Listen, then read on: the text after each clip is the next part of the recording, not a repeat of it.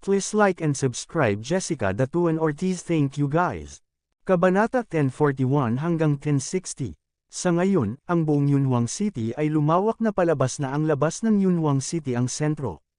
9 na satellite city ang naitayo, at para sa bawat satellite city, 81 sub-city ang naitayo, at 3,000 ang naitayo.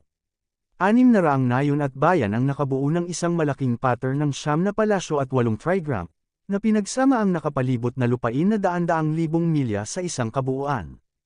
Hindi nagtagal upang itayo ang mga nayon, sub-distrito at satellite city na ito. Sa kasalukuyan, ang bawat nayon, sub-district, satellite city, at pangunahing lungsod ng Yunhuang ay konektado sa isa't isa at nakikipag-ugnayan sa isa't isa.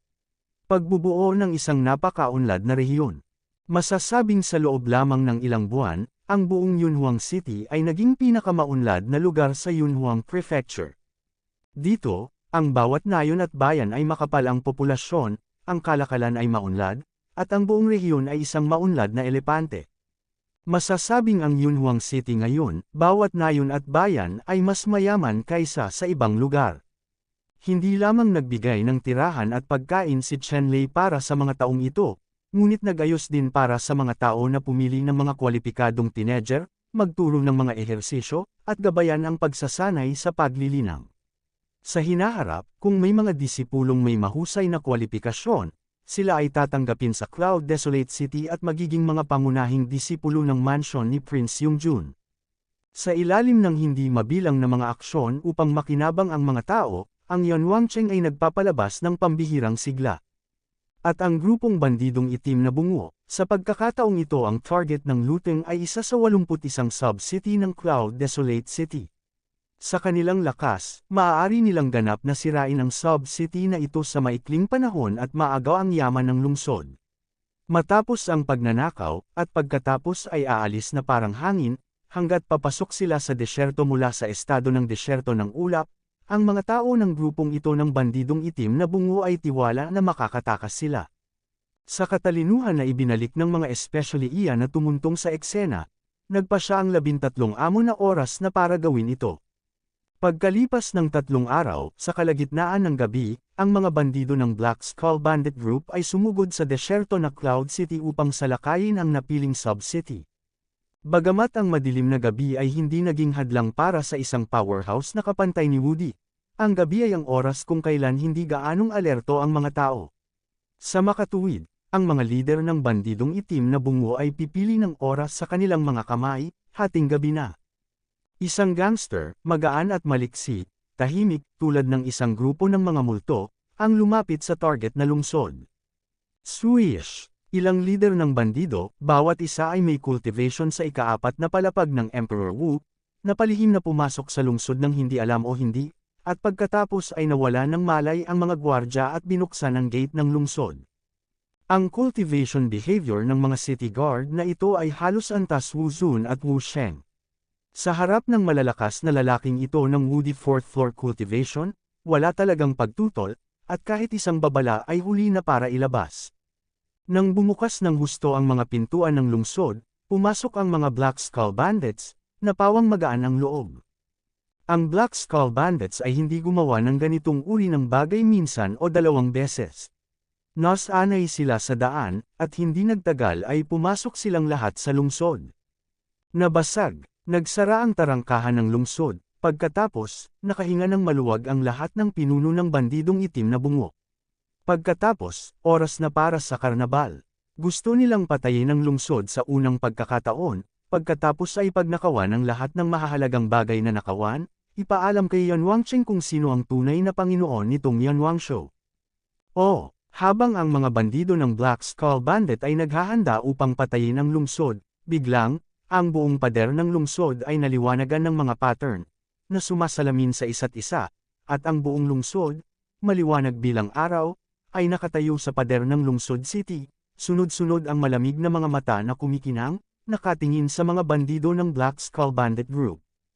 It's not good, it counts. Ang boss ng Black Skull Bandit Band ay nakakita ng ganoong porma sayon, ang kanyang puso ay masikip, at ang lihim na landas ay hindi maganda. Patayin! Sa isang utos, ang mga martial artist sa pader ng lungsod ay sumugod lahat patungo sa mga bandidong Black Skull Bandit, at isang pagsabog ng dugo ay tumalsik sa isang iglap.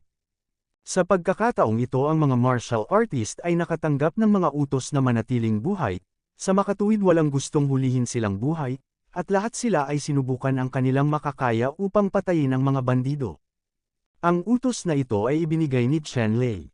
Matagal nang ipinaalam kay Chen Lei na sasalakayin ng bandidong grupo ng itim na bunguang sub-city ng Cloud Desert City, kaya maaga silang nagtakda ng bitag.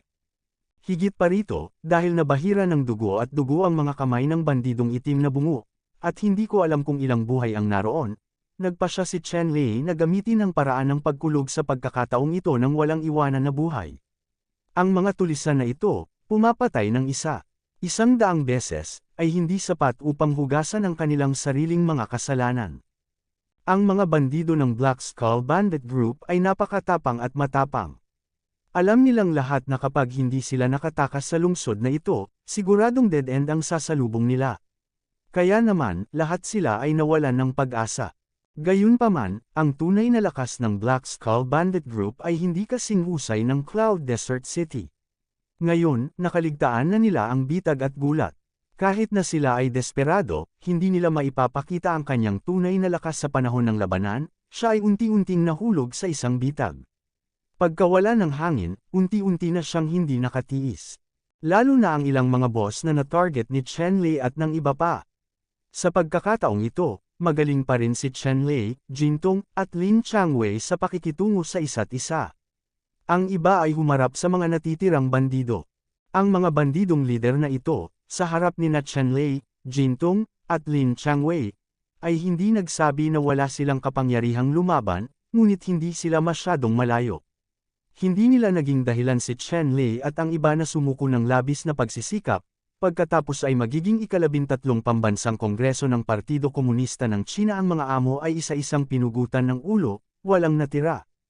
Sa pagbagsak ng 13 amo, ang mga natitirang bandido ng Black Skull Bandit Group ay isa-isang pinugutan at pinatay, at ang kanilang mga katawan ay nakatambak na parang bundok. Sa huli, lahat ng mga bandido ng mga bandidong Black Skull na dumating para gumawa ng mga krimen ay maaring maparusahan lahat. Matapos patayin ang mga bandidong ito, pinangunahan ni Chen Lei ang karamihan, hinampas ang bakal habang mainit ito, at pinatay patungo sa pugad ng Black Skull Bandit Group. Dahil nagsimula na siya, natural na siyang magpuputol ng damo at ugat. Pinangunahan ni Chen Lei at ng iba pa ang isang malaking grupo ng mga lalaki at kabayo, at bumagsak sila sa pugad ng Black Skull Bandits, at hindi nagtagal ay nakarating sila sa Haigojai. Pagdating nila sa paligid ng Haigojai, nakita ni Chen Lei at ng iba pa na may mga buto na nakakalat sa paligid, lahat sila ay pinugutan ng ulo ng mga bandidong itim na bungo, ilan. Sa pag-akyat sa bundok, lahat ay pinahirapan hanggang sa mamatay, maliban sa mga buto. Ang yin air dito ay siksik, tulad ng isang ghost domain, na nagpapasama sa pakiramdam ng mga tao. Kaya lang, ang mga taong pinamumunuan ni Chen Lei ay pawang malalakas bagamat ang kapaligiran dito ay madilim, hindi ito maaaring matakot. Sa pagkakita ng napakaraming buto, hindi lamang walang takot sa puso ng lahat, ngunit sa halip ay napuno sila ng galit. Ilang pagpatay ang aabutin para makita ang ganitong eksena. Sa ngayon, naiintindihan ng lahat kung bakit nag-utos si Chen Lei na huwag manatiling buhay. Totoo na ang mga bandidong ito ay ganap na nawala ang kanilang pagkatao at walang pinagkaiba sa mababangas na hayop. Hindi sayang ang patayin. Si Chen Lei at ang iba pa ay nagdala ng malaking pangkat ng mga lalaki at mga kabayo. Nang pumasok sila sa Black Skull Village, ang natitirang mga bandido sa Black Skull Village ay agresibong nilipol. Patayin! Ang galit sa puso ng mga tao ay ibinuhos lahat sa natitirang mga bandidong itim na kalansay.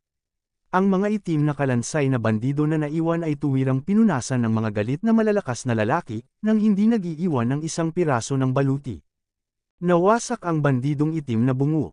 Pagkatapos nito, hinanap ng lahat ang Black Skull Village, ngunit walang kayamanan. Kung ikukumpara sa ibang mga bandidong lodge, ang Black Skull Village na ito ay napakahirap. Anong nangyayari dito? Biglang bumulalas ang martial artist, at nakakita ng isang bawal na lugar sa likod ng bundok ng Haigojai.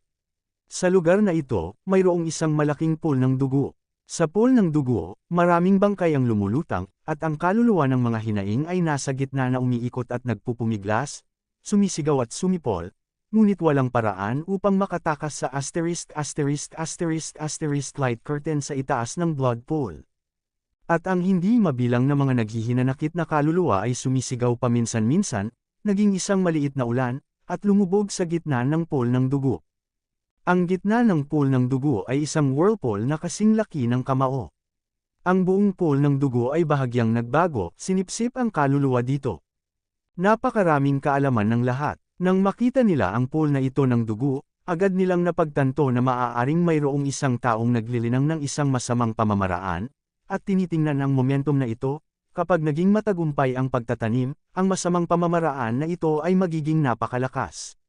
Walang hanggan, ngunit kasabay nito, kung gusto mong gawing kultibasyon ang kasamaang ito, kailangan mong gumawa ng walang katapusang pagpatay bago ito malinang. Nakarating na si Chen Lei dito sa ganitong oras. Napakunot ang noo niya nang makita ang eksenang ito. Nakilala niya ang pool na ito ng dugo. Ang pool na ito ng dugo ay dapat tawaging pool na nagpapadalisay ng kaluluwa. Sa kaharian ni Emperor Wu, ang paglilinang ng primordial spirit ang pangunahing prioridad, ngunit ang cultivation training ng primordial spirit ay napakahirap, at ang bawat improvement ay napakahirap. At ang pool na ito ng paglilinis ng kaluluwa ay para dalisayan ang mga kaluluwa ng iba para sa kanilang sariling gamit at palakasin ang kanilang sariling mga kaluluwa. Ito ay isang napakasama at masamang pamamaraan. Bilang karagdagan, ang pool na ito na nagpapadalisay ng kaluluwa ay may isa pang malaking kahinaan. Iyon ay, pagkatapos ng paglilinang, ito ay malamang na mabaliw, dahil ang mga kaluluwa ng maraming tao ay sapilitang pinipino sa isang tao, at ang mga taong ito ay lahat ay may sariling mga kaluluwa bakas ng buhay at karanasan sa memorya, kahit na sa pamamagitan ng pool na nagpapadalisay ng kaluluwa, ang lahat ng mga karanasan at alaala ng mga nagdamdam na kaluluwa ay dinadalisay, ngunit imposible pa rin na dalisayan, at ito ay tiyak na magkakaroon ng ilang likas na bakas. Sa ganoong sitwasyon, kung pilit mong pinuhin at pag-isahin ang lahat ng mga kaluluwa at palakasin ang iyong sariling kaluluwa, kung mas mabuti ang sitwasyon, mababaliw ka, at kung ito ay seryoso, dapat itong baliw. Gayunpaman, kahit na maraming disadvantages, dahil ito ay isang shortcut upang agad na palakasin ang kaluluwa, maraming tao pa rin ang nagsasagawa ng mga panganib sa pamamagitan ng pagsasanay sa paglilinang.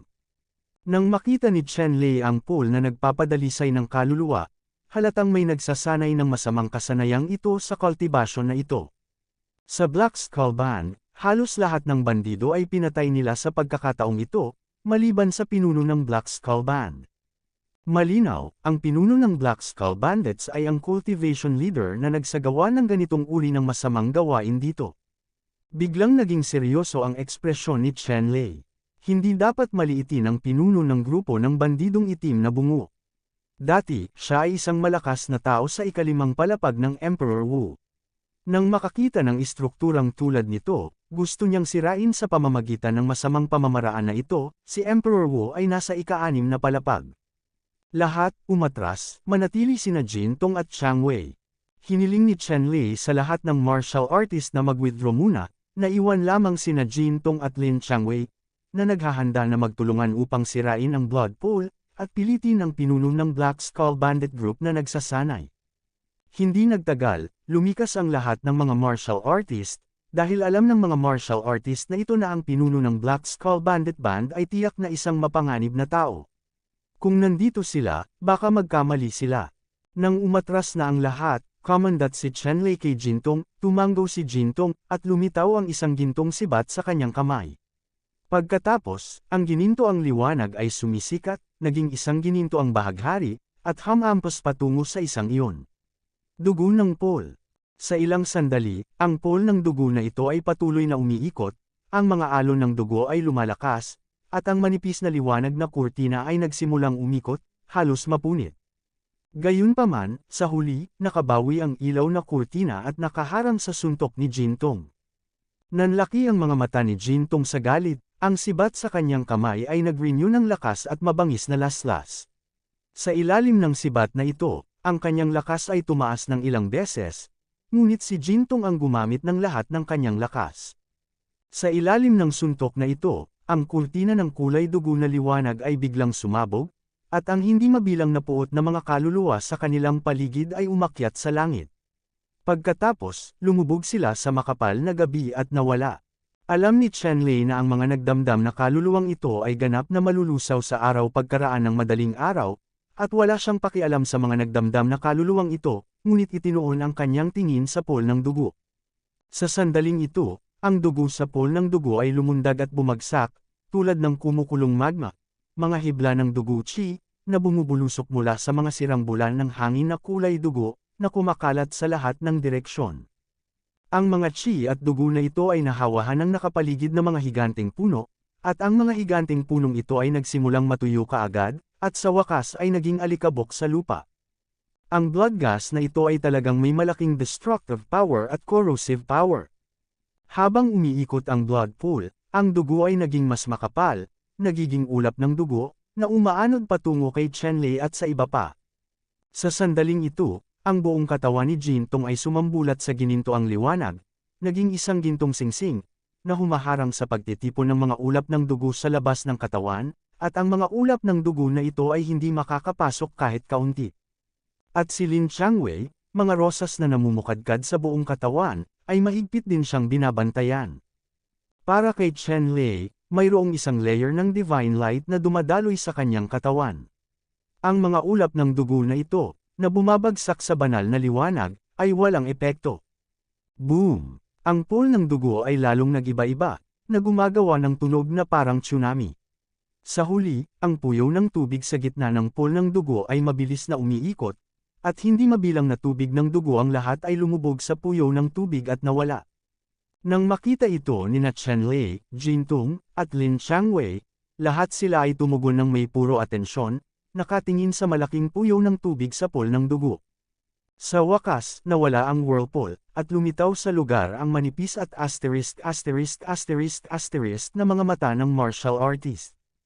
Ang martial artist na ito, na kulay dugo, ay may singkit na mga mata at isang mahigpit na hitsura. Mayroong maraming mga uri ng mga kulot na kulay na medyo nakakatakot. Naistorbo mo ang aking pagsasanay sa pagtatanim at sinira ang aking nayo ng itim na bungo. Ang martial artist na ito ay ang pinuno ng Black Skull Bandit Group. Sa kabila ng pagsasanay sa paglilinang sa pag-urong, ang lahat ng nasa labas ay hindi may tatago sa kanyang pangunawa.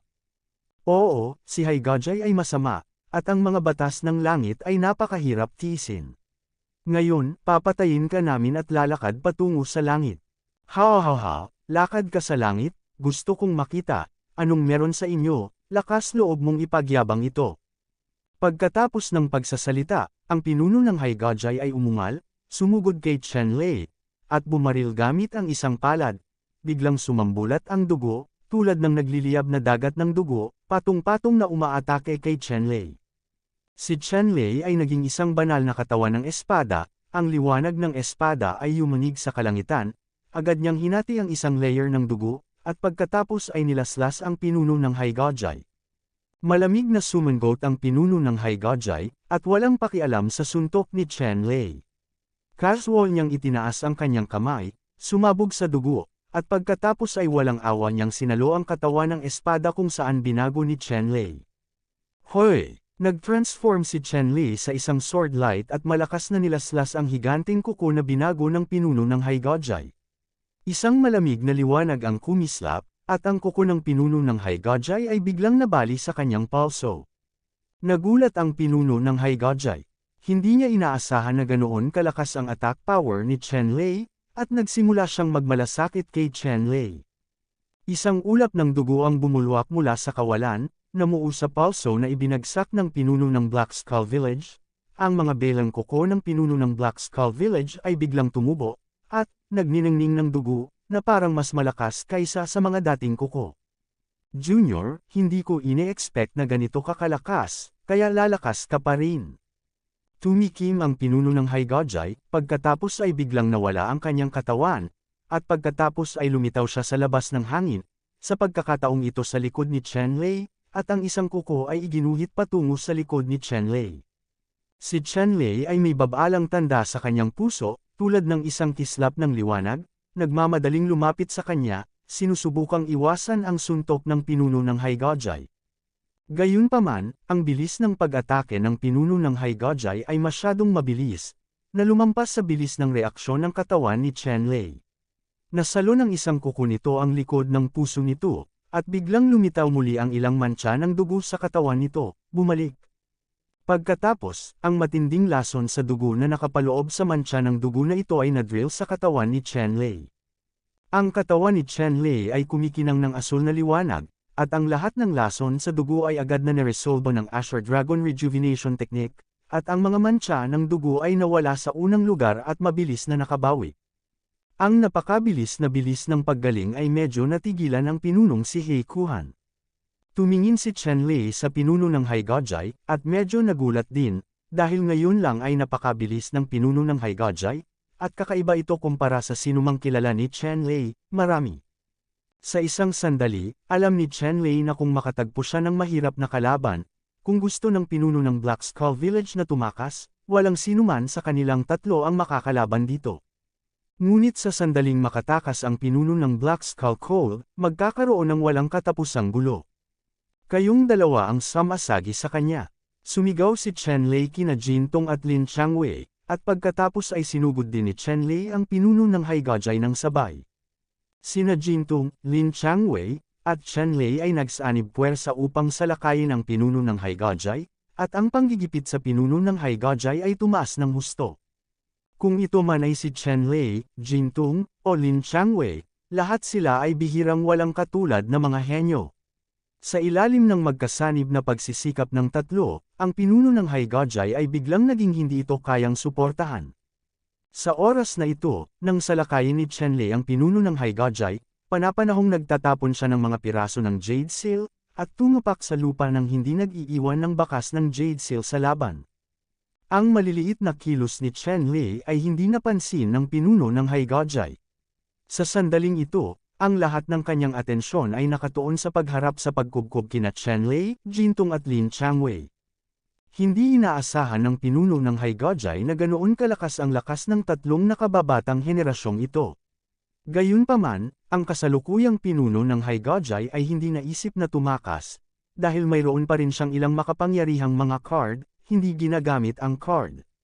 Kumpiyansa ako na kapag ginamit ko ang makapangyarihang whole card na ito, tiyak na magagawa kong tagumpay ang pagkatalo.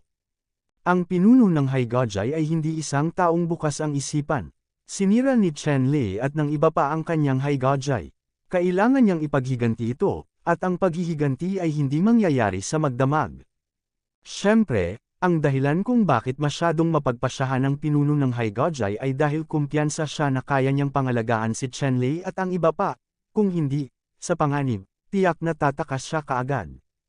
Matapos makaramdam ng matinding panggigipit, sa wakas ay nagpasya ang pinuno ng Haikujai na gamitin ang kanyang mga whole card at ihinto ang pakikipag-ugnay sa mga taong ito. Sa pag-iisip nito, isang malaking madilim na pulang figure ang biglang lumitaw sa likod ng pinuno ng Haigojai. Ang malaking pulang figure na ito ay ang diwa ng pinuno ng Haigojai.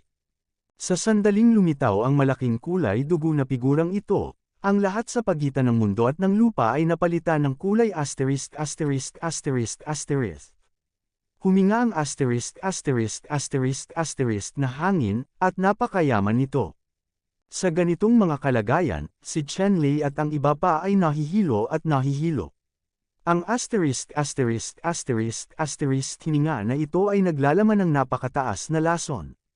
Sa loob ng ilang sandali, ang katawan ni Chenlei ay napapalibutan ng asul na liwanag, habang ang buong katawan ni Jintong ay isang obra maestra ng ginintoang liwanag. Para kay Lin Changwei, ang buong katawan ay puno ng masaganang floral fragrance upang labanan ang walang katulad na lason sa dugo na ito. Ang lason sa dugo na ito ay labis na marahas, at ang mga nakapalibot na bato, sa ilalim ng lason sa dugo, ay agad na naging kulay dugo na nana. Kaya lang, kahit na ang lason sa dugo na ito ay lubhang mabangis, ito ay may kaunting epekto kay Chenlei at sa iba pa, lalo na sa Azure Dragon Rejuvenation Art ni Chenlei, na siyang kaaway ng lahat ng lason sa mundo.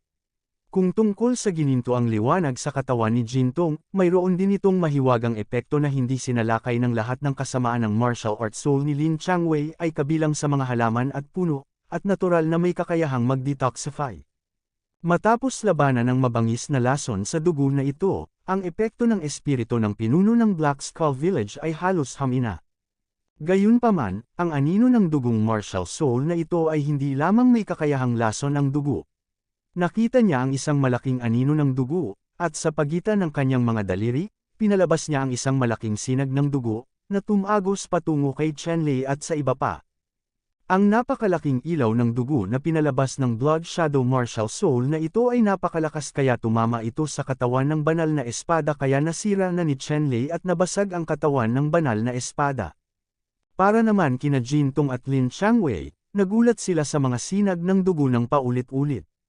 Ang gintong singsing ni Jintong ay naparalisa ng mga sinag ng dugo, at ang hindi mabilang na mga rosas ni Lin Changwei na namumukadkad ay isa lamang, bulaklak. Hindi inaasahan ni Chenlei at ng iba pa na magiging ganito kahirap ang pinuno ng Haigojai. Dapat mong malaman na ngayon ay may posibilidad si Chenlei na pugutan ng ulo ang isang ordinaryong Woody 6th floor powerhouse, at ang pinuno ng Black Skull Village ay hindi pa nakakalusot sa Woody 6th floor. Buti na lang at very perfect kondisyon ang 5th floor ng Woody. Napakahirap, makikita na ang pinuno ng Haigojai ay talagang isang bihirang wizard, ngunit siya ay napunta sa maling paraan. Ginamit ng pinuno ng Haigojai ang lahat ng kanyang martial spirit upang patayin si Chenlei at ang iba pa sa isang iglap, ngunit ang huling resulta ay hindi kasiya siya. Si Chenlei at ang iba ay malakas na lampas sa kanyang inaasahan, kahit na si Chenlei at ang iba ay napakalakas. Nasugatan, ngunit imposibleng patayin siya. Sa sandaling ito, muling nagbago ang martial soul sa likod ng pinuno ng Haigojai, naging isang blood scythe na kumikinang sa malamig na liwanag. Biglang nagliwanag ang dugo, at ang malaking karit ng dugo na binago ng martial arts ay nawala sa lugar, biglang lumitaw sa likod ni Lin Changwei, at direktang hamampas sa kanyang ulo. Naramdaman lamang ni Lin Changwei ang pagdating ng walang katulad na panganib, ngunit hindi na niya ito naiwasan. Halos maputol ang balat niya ng malamig na liwanag. Ang layunin ng pagpatay ni Senador Han ay papatayin ang kaluluwa ni Lin Changwei. I freeze.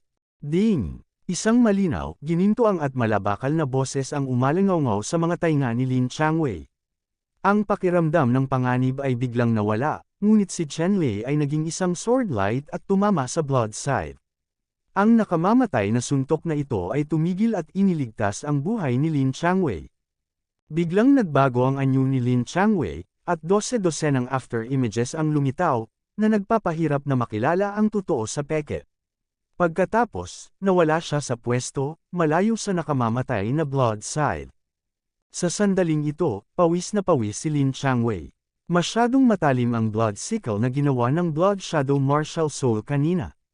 Walang alinlangan si Lin Changwei na kung siya ay matatamaan, siya ang magiging unang antas. Sa oras na ito, ang pinuno ng Haigojai ay lubos na namangha at nagulat hindi niya inaasahan na may iligtas ni Chenlei si Lin Changwei mula sa kanyang pinakahuling panlilinlang. Sa sandaling ito, naramdaman na lamang ng pinuno ng Haigojai na ang kanyang buong katawan ay inaatake ng walang katapusang sword chi, nagngangalit pabalik-balik sa kanyang katawan. Biglang binaril ng pinuno ng Haigojai ang 12-12 ng mga haligi ng dugo. Ang haligi ng dugo na ito ay naglalaman ng napakadalisay na sword chi, ngunit ang ulo ni Haigojai ang gumamit ng lihim na paraan ng pagputol sa sarili upang sirain ang espada sa kanyang katawan. Ang momentum ay napipilitang lumabas sa lahat ng mga gastos. Matapos itulak ang sword chi palabas ng katawan, ang dugo ng pinuno ng Black Skull Village ay muling nagliwanag, at ang hininga ay naging mas malakas at mas paalang, at walang mahinang pagpapakita ng labis na pagkawala ng dugo. Wow! Sa pagkakataong ito, muling binasag ng pinuno ng Haigojai ang Martial Soul Blood Sickle, at nilaslas patungo kay Jintong. Ngumisi si Jintong, ang Golden War Spear sa kanyang kamay ay may dalang malaking piraso ng gintong liwanag, at nilaslas patungo sa Sickle Martial Spirit. Sa isang sandali, ang gininto ang sibat ni Jintong ay tumpak na nawasak ang dugong karit ng martial spirit ng pinuno ng Black Skull Village, at nakita lamang ang karit ng dugong karit na naglalabas ng malamig na liwanag ng dugo, biglang binuksan ang gintong balintataw, hiwa patungo sa dibdib ni Jintong. Napakapanganib din ng puso ni Jintong. Sa kritikal na sandali, bumukas ang pangatlong mata sa itaas ng noo ni Jintong, bumungad ang purong gininto ang liwanag, at tumama sa kanyang dibdib. Sa itaas ng karit ng dugo martial soul. Biglang sumabog muli ang Blood Sickle War Soul, at ang pinuno ng Black Skull Village, sa sandaling ito, ay bumulwak muli ng dugo, lumipad ng pabaligtad, tumama sa pader ng bundok, at direktang tumama sa isang ito. Nagkapira-piraso ang bundok. Sa gitna ng mga labi sa langit, muling tumayo ang pinuno ng Haigajai na may hindi kapani-paniwalang ekspresyon sa kanyang mukha. Kailan lumitaw ang napakaraming makapangyarihang Young Masters? Mula sa pananaw ng pinuno ng Haigajai, natural na makita na parehong bata sina Chenlei at Jintong, ngunit ang kanilang lakas ay higit pa sa kanyang inaasahan. Ang mga ganoong tao, kadalasan ay napakabihirang, ngunit ngayon ay nakatagpo ako ng dalawa. Sa sandaling ito, si Chenlei ay naging isang espada ng liwanag at lumipad patungo sa pinuno ng Haigajai, ngunit ayaw niyang bigyan ng isa pang pagkakataon ang pinuno ng Haigajai na ganap na patayin siya. Habang gumagalaw si Chenlei, ngumisi din ang pinuno ng Haigajai, at biglang bumaril ang isang **** na ilaw mula sa kanya, at sa isang kisap mata, naging malaking blood bell ito. Ang blood bell ay nag-vibrate, at ang bundok ay yumanig ng ilang sandali, at ang hindi mabilang na **** sound wave ay naging mga ripple, kumalat sa panlabas na layer, na sumasakop kina Chenlei, Lin Changwei at Jintong. Ang madugong sound wave na ito ay nagtataglay ng walang kapantay na mapangwasak na kapangyarihan. Pagkaraan ng ilang sandali, umubo ng dugo sina Lin Changwei at Jintong. Ang Divine Sword Body na binago ni Chenlei ay lumabo din, at lumitaw ang mga bitik. Ang katawan ni Chenlei ay kumikinang sa asul na liwanag, nawala ang mga bitik, at pagkatapos, ang buong katawan ng Excalibur ay natatakpan ng isang layer ng banal na liwanag. Ang layer ng Divine Light na ito ay mas dalisay at mas matalas kaysa sa nakaraang Sword Light, ngunit direktang ginagamit ni Chenlei ang kapangyarihan ng pangalawang layer ng Divine Sword Body. Ang pangalawang layer ng Excalibur Body. Bagamat si Chenlei ay nagsasaka na ngayon, sa tuwing ginagamit niya ito, napakabigat ng pasanin sa kanyang katawan. Sa makatuwid, hindi handang gamitin ito ni Chenlei ng basta-basta, ngunit ngayon ay tila ang lakas ng itim na pinunong kusay na ito ay higit pa sa kanilang inaasahan, at imposibleng lutisin ng mabilis ang labanan ng hindi ginagamit ang kanyang matalas na kaalaman sa ilalim ng kahon. Nag-aalala si Chenlei na kung magpapatuloy ito, ang pinuno ng Haigajai ay maaaring magkaroon ng ilang mga trick. Kung tumaob ang barko sa gutter, malaking bagay ang biro. Sa makatuwid, direktang sinira ni Chenlei ang pamamaraan ng pangalawang layer ng katawan ng banal na espada, at ang kanyang kapangyarihan ay tumaas ng 10 beses sa maikling panahon. Pagkatapos, nakita ko si Chenlei na parang kidlat, diretsyong pinuputol ang mga layer ng **** sound wave, at sa isang kumalabog na tunog, pinutol ang blood bell sa kalahati. Ang pinuno ay pinugutan ng ulo. Napagtanto din ng pinuno ng Haigajai ang katakutan ng suntok ni Chenlei, at ang kanyang **** kinang ay patuloy na kumikislap. Ang mga piraso ng kayamanan ay dinurog niya, na tinakpan ang kanyang buong katawan at binabantayan siya ng mahigpit. Ang mga kayamanang ito ay nagliliwanag ng kulay dugo na liwanag, at sa pakikipagtulungan sa isa't isa, naging isang malaking bilog na kulay dugo, na mahigpit na nagpoprotekta sa pinuno ng Black Skull Village sa gitna. Hoy! Ang espada ni Chenlei ay direktang bumagsak sa bilog na kulay dugo, at saglit, ang hindi mabilang na mga kayamanan, sa ilalim ng kapangyarihan ng espadang ito, ay nagkapira-piraso, at ang bilog na kulay dugo ay naging madilim. Gayunpaman, sa huli, nabigo ang espada ni Chenlei na tumagos sa depensa ng pinuno ng Black Skull Village, at lumabo rin ang liwanag ng espada sa paligid ng kanyang katawan. Nang makita ito ng pinuno ng Haigajai, agad siyang nakahinga ng maluwag. Ang suntok ni Chenlei ngayon ay talagang natakot sa kanya, at ang lakas ay napakalakas. Kaya lang, bago pa talaga maibuga ng pinuno ng Haigajai ang hiningang ito, ang katawan ng espada na binago ni Chenlei, ang liwanag ng espada ay muling tumaas. Sa pagkakataong ito, mas malakas pa ito at direktang durog sa katawan ng pinuno. Ang Haigajai, singsing ng dugo, 12-12 ng mga kayamanan, lahat ay nabasag ng paisa-isa, at pagkatapos, isang nakakagulat na liwanag ng espada ang nahulog. Ang mga mata ng pinuno ng Haigajai ay biglang napuno ng walang katapusang gulat. Bago pa siya makapag-react, ang liwanag ng espada ay pumatay, direktang iniwa siya sa kalahati paulas. Pagkatapos, muling umikot ang Divine Sword na ginamit ni Chen Lei, na tumuntan sa leeg ng pinuno ng Haigajai. Pagkaraan ng ilang sandali, naputol ang pinuno ng Haigajai, bumulwak ang dugo, at ang walang katapusang sword chi ay nakadirekta sa ang primordial spirit na nakatakas mula sa pinuno ng Haigajai ay agad na tumalikod. Ang langit na puno ng sword chi ay agad na bumaha sa kaluluwa ng pinuno ng Black Skull Village, at pagkatapos ay bumagsak sa lupa. Nang mamula ang liwanag ng espada, nagpakita si Chen Lei ng maputlang mukha. Basag ang kanyang balat at patuloy na umaagos ang dugo mula rito. Muntik na siyang maging dugong tao. Si Chen Lei ang nagpapatakbo ng Azure Dragon Rejuvenation Art. Isang malaking espiritual na enerhiya ang nagmula sa lahat ng direksyon at direktang iniksyon sa katawan ni Chen Lei, at ang kanyang mga sugat ay unti-unting bumuti. Sa pagkakataong ito lamang, si Chen Lei ay malubhang nasugatan, at kahit na ang Azure Dragon Rejuvenation Technique ay hindi magamot ang kanyang pinsala sa unang pagkakataon. Gayunpaman, ang kasalukuyang Chen Lei ay hindi pa ganap na nakaka-recover mula sa kanyang pinsala, ngunit siya ay malayang nakakagalaw. Hiniling ni Chen Lei kina Jin Tong at Lin Changwei na tingnan kung mayroon pang ibang isda na nadulas sa lambat sa Black Skull Village, at itinaas niya ang kanyang kamay at binawi ang lahat ng Jade Seal na nakabaon sa lupa noon. Dati, nag-aalala si Chen Lei na ang pinuno ng Haigajai ay makatakas, kaya nag-set up siya ng isang trap formation ng maaga. Sa pagharap sa makamulto na bilis ng pinuno ng Haigajai, ang porma sayon lamang ang maaaring makahuli sa kanya. At ang pinuno ng Haigajai ay malamang na lubos na mapagkakatiwalaan. Gusto niyang patayin si Chen Lei at ang iba pa, at hindi man lang niya naisip na tumakas. Ang paraan na ginamit ni Chen Lei noon ay walang silbi.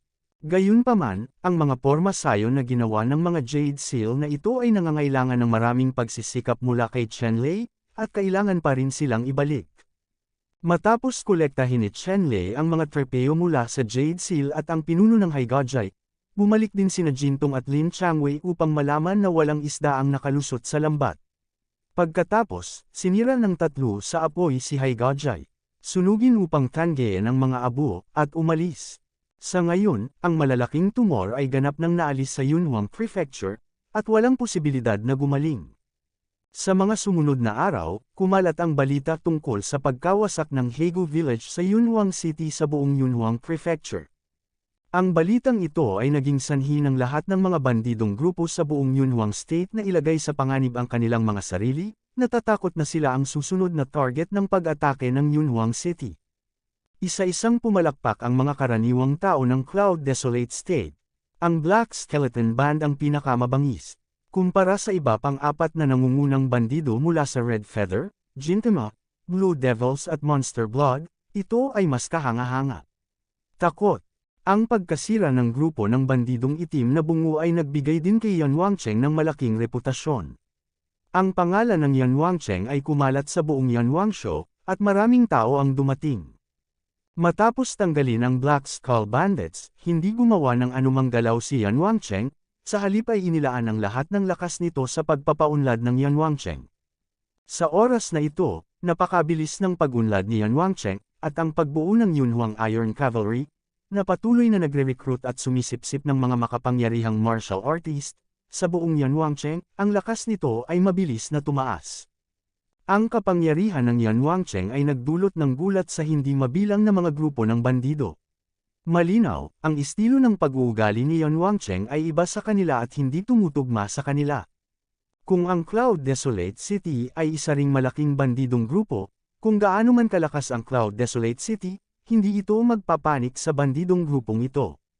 Sapagkat, gaano man kalakas ang pangkat ng bandido, hinding-hindi nito kayang mangibabaw ang malungkot na estado ng ulap, at dapat may puwang para mabuhay ang kanilang maliit na pangkat ng bandido. Mayroong 4 na bandido na Red Feather, Silver Soul, Blue Devils, at Demon Blood sa Cloud Desolate State. Talagang hindi maarak ang lakas ng 4 na banda na ito, ngunit kahit na ganoon, walang sinuman ang maaaring mangibabaw sa Cloud Desolate State at iba pang maliliit na grupo ng bandido. Marami pa rin kasing balahibo. Gayunpaman, iba ang pagtaas ng Yan Wangcheng. Kung titingnan ang estilo ni Yan Wangcheng, talagang pinapatakbo nito ang Yan Wangshow bilang isang fifth. Hindi ito pagnanakaw, panggigipit at walang katapusang pangangailangan, kundi pagtatayo at pag-unlad. Sa ganitong paraan, ang buong Cloud Desolate City ay natural na magiging pampublikong kaaway ng lahat ng bandidong grupo. Kung tutuusin, kung talagang umunlad ang Cloud Desolate City, walang paraan para mabuhay ang sinumang bandidong grupo. Kaya lang, ang kasalukuyang Cloud Desolate City, ang lakas nito ay kahanga-hanga. Maging ang Black Skull Bandit Group ay nawasak ng Yon Desolate City. Wala talaga akong alam na ibang kapangyarihan maliban sa 4 na dakilang grupo ng bandido na makakapigil sa Yon Desolate City, pag-unlad ng. Kaya lang medyo kakaiba rin ang 4 na malalaking grupo ng bandido. Noong nakaraan, tulad ng ganitong uri ng puwersa, ang 4 na malalaking grupo ng mga bandido ay matagal ng direktang umatake at pinawi ang puwersang ito sa kanyang pagkabata, ngunit ngayon, ito ay bihirang mangyari sa mundo, walang aksyon. Nagdulot ito ng kakaibang pakiramdam sa ibang maliliit na grupo ng bandido. Bago nila nalaman ang kahulugan ng 4 na malalaking grupo ng bandido, ang mga maliliit na grupo ng bandido ay hindi nang ahas na kumilos ng madali. Sa oras na ito, si Chen Lei ay nasa linggo, nakatuon sa paglilinang. Alam niya na bagamat napakaganda ng kasalukuyang kalagayan ng pag-unlad ng lungsod ng Yunhuang, hindi ito maaaring basta-basta, dahil hindi pa umaatake ang 4 na pinakamalaking grupo ng bandido sa estado ng Yunhuang, at kapag kumilos na ang 4 na grupong ito ng mga bandido, ito ay magiging isang tanong kung makakaligtas si Yan Wangcheng. Sa kasalukuyan, nanatiling tahimik ang 4 na grupo ng bandido. Hindi inaasahan ni Chen Lei na ganoon na lamang ang takot sa 4 na grupo ng mga bandido. Obviously, meron silang dapat kolektahin. Kung wala silang gagawin, siguradong magugulat sila, mabilis na parang nagngangalit na apoy, at pagkatapos ay oras na upang tunay na subukan ng Cloud Desert City. Gayunpaman, naniniwala rin si Chen Lei na ang Yunhuang City ay hindi dapat atakihin ng anumang puwersa. Gayunpaman, ang gusto niya ay hindi lamang manatili dito, ngunit maging agresibo, hindi lamang upang maalis ang lahat ng mga bandidong grupo sa Yunhuang Prefecture, kundi pati na rin upang sirain ang mga ulap. Ang lahat ng mga inabandunang tribo sa desyerto na lungsod ay nabura, at si Yan Wangshow ay ganap na nasa kanyang mga kamay. Kung nais mong makamit ang layuning ito, wala kang malakas na lakas, imposible. Sa makatuwid, sinimulan ni Chen Lei ang karagdagang pagsasanay sa paglilinang pagkatapos na ang lahat ay nasa tamang landas. Ang cultivation technique na pinagkadalubhasaan niya ay ang katawan ng espada pa rin, sa pagkakataong ito ay lumipat siya patungo sa ikatlong layer ng katawan ng espada. Gamit ang Azure Dragon Rejuvenation Technique, ang Magic Sword Body Technique ni Chen Lei, ang kanyang mabilis na pag-unlad ay kahanga-hanga, at walang mga nakatagong panganib. Kaya lang, kahit na ganoon kabilas ang pag-unlad, si Chen Lei ay wala pa ring posibilidad na makalusot sa maikling panahon, dahil ang hirap ng paglilinang nitong Excalibur body ay masyadong malaki. Gayunpaman, si Chen Lei ay hindi nasaroon ng loob, ngunit nagpatuloy sa lahat ng oras, sapat na upang madama ang mahusay na pag-unlad araw-araw. Bilang karagdagan sa pag-unawa sa Excalibur, pinag-aralan din ni Chen Lei ang mga critical na strike rune, sinusubukan ang lahat ng paraan upang paikliin ang oras ng akumulasyon ng mga critical na strike rune. Kung maaari mong gamitin ang critical strike rune anumang oras, kasama ang kapangyarihan ng Excalibur body, kung gayon ang mga Diyos ay talagang haharang at papatayin ang mga Diyos, at haharingin at papatayin ng mga Buddha ang mga Buddha. Magkaroon ng kamalayan na kung maaari mong gamitin ang crit rune ng walang hanggan, kasama ng kapangyarihan ng banal na katawan ng espada, maaaring patayin ni Chen Lei ang isang Wudi na 6 na antas na powerhouse sa isang segundo. Ngayong kabisado na ni Chen Lei ang Azure Dragon Rejuvenation Art, hindi siya natatakot na mapinsala ang kanyang katawan ni Rune Crit. Ang kombinasyon ng tatlong pamamaraan na ito ay tunay na hindi magagapi sa mundo, hindi bababa sa, hindi magagapi ng parehong antas. Ang iniisip ngayon ni Chen Lei ay ang tatlong pagsasanay na ito ay maaaring pagsamahin, upang lubos niyang mapataas ang kanyang lakas sa pakikipaglaban. Bukod kay Chen Lei, sina Lin Changwei at Jin Tong ay dumaranas din ng cultivation. Ang layunin ni Jin Tong ay talunin si Chen Lei. Natural, hindi siya may iwan ni Chen Lei sa cultivation. Gayunpaman, naramdaman ni Jin Tong na ang kanyang pag-unlad ay mas mabagal kaysa sa pag-unlad ni Chen Lei araw-araw, kaya kailangan niyang aminin iyon sa pagsasanay sa paglilinang. Pervert talaga si Chen Lei. Gayunpaman, sa kabila nito, nananatiling kumpiyansa si Jin Tong, araw-araw ay nagdurusa siya sa cultivation, at lubos siyang naniniwala na balang araw ay matatalo niya si Chen Lei. Bukod kay Jin Tong, si Lin Changwei ay nagsusumikap din sa paglilinang, na nagpalubog sa kanyang puso. Noong una, noong siya ay nasa 100 Flower Palace, siya ang unang henyo at kinaiinggitan ng maraming junior sisters, ngunit ngayon kumpara kina Chen Lei at Jin Tong, mas masahol siya, na ginagawang Lin Changwei, na likas na mapagmataas, labis na hindi nasisiyahan. Dapat malampasan ng momentum sina Chen Lei at Jin Tong sa cultivation. Bilang karagdagan kina Jin Tong, Lin Changwei at iba pa, ang mga master na ni-recruit ng mansion ni Prince Yongjun ay pupunta sa linggo para magsanay kung wala silang karaniwang misyon. Ang espiritual na enerhiya ng linggo na ito ay lubos na mayaman, at ang paglilinang ay higit na magagawa ng mas kaunti. At, sa pamamagitan ng mga kontribusyon na puntos, maaari din nilang tabyusan ang iba't ibang mga gamot na pil na angkop para sa kanilang paglilinang. Ang mga medicinal pill na ito ay galing lahat sa kamay ng mga dakilang alchemist tulad ni Zhuge. Magkaroon ng kamalayan na ang mga pills na pinino ng mahusay na alchemist na ito ay hindi malawak na magagamit sa buong Central Region, na malaking pakinabang sa pag-uugali ng paglilinang ng mga powerhouse na ito sa antas ng Moody. Sa makatuwid, kahit na para sa mga gamot na ito na pinino para kay Zhuge, ang mga martial emperor level na powerhouse na ito ay nagmamadali upang tapusin ang iba't ibang gawain na ibinigay ng mansion ni Prince Yongjun, at unti-unting kinilala ang mansion ni Prince Yongjun at itinatag ang kanilang mga sarili bilang mga miyembro. Mabilis na lumipas ang oras, ngunit sa ilang buwan, sa araw na ito, sa lugar kung saan matatagpuan ang Gintama Bandit Group, kidlat at kulog, madilim na ulap ang nasa itaas, at ang kapigatian ay bumaba ng marahas, na sumasakop sa halos buong populasyon ng Gintama Bandit, buhay. Ang dagandong ng pagnanakaw ay nahulog mula sa langit, at ang tunog ay yumanig sa mundo, at ang buong ulap at tigang na estado ay maririnig ng malinaw. Ang lahat ng malakas ay nagbabago ng kulay. Ito ang kababalaghan ng pagtawid sa kapahamakan, at, sa pagtingin sa pangitain ng kalamidad at kulog, malinaw na may isang taong nakapasok sa ika-6 na palapag ng Emperor Wu at nagdusa mula sa ika-6 o 9 na araw ng kalamidad. Sa sandaling tumawid ka sa 6 o 9 na kapigatian, ang mga tatawid sa kapigatian ay tiyak na lalampas sa ika-6 na palapag ng Emperor Wu. Sa oras na ito, ang pangitain ng pagtawid sa pagnanakaw ay tumagal ng 3 araw at 3 gabi bago nawala ang robbery cloud, at ang pangyayaring ito ay nagulat sa buong Yunhuang State. Ito ay dapat ang unang commander ng Gintama Bandits na nalampasan ni Gintama ang sakuna. Hindi ko lang alam kung makakaligtas ang pinuno ng Gintama Bandit.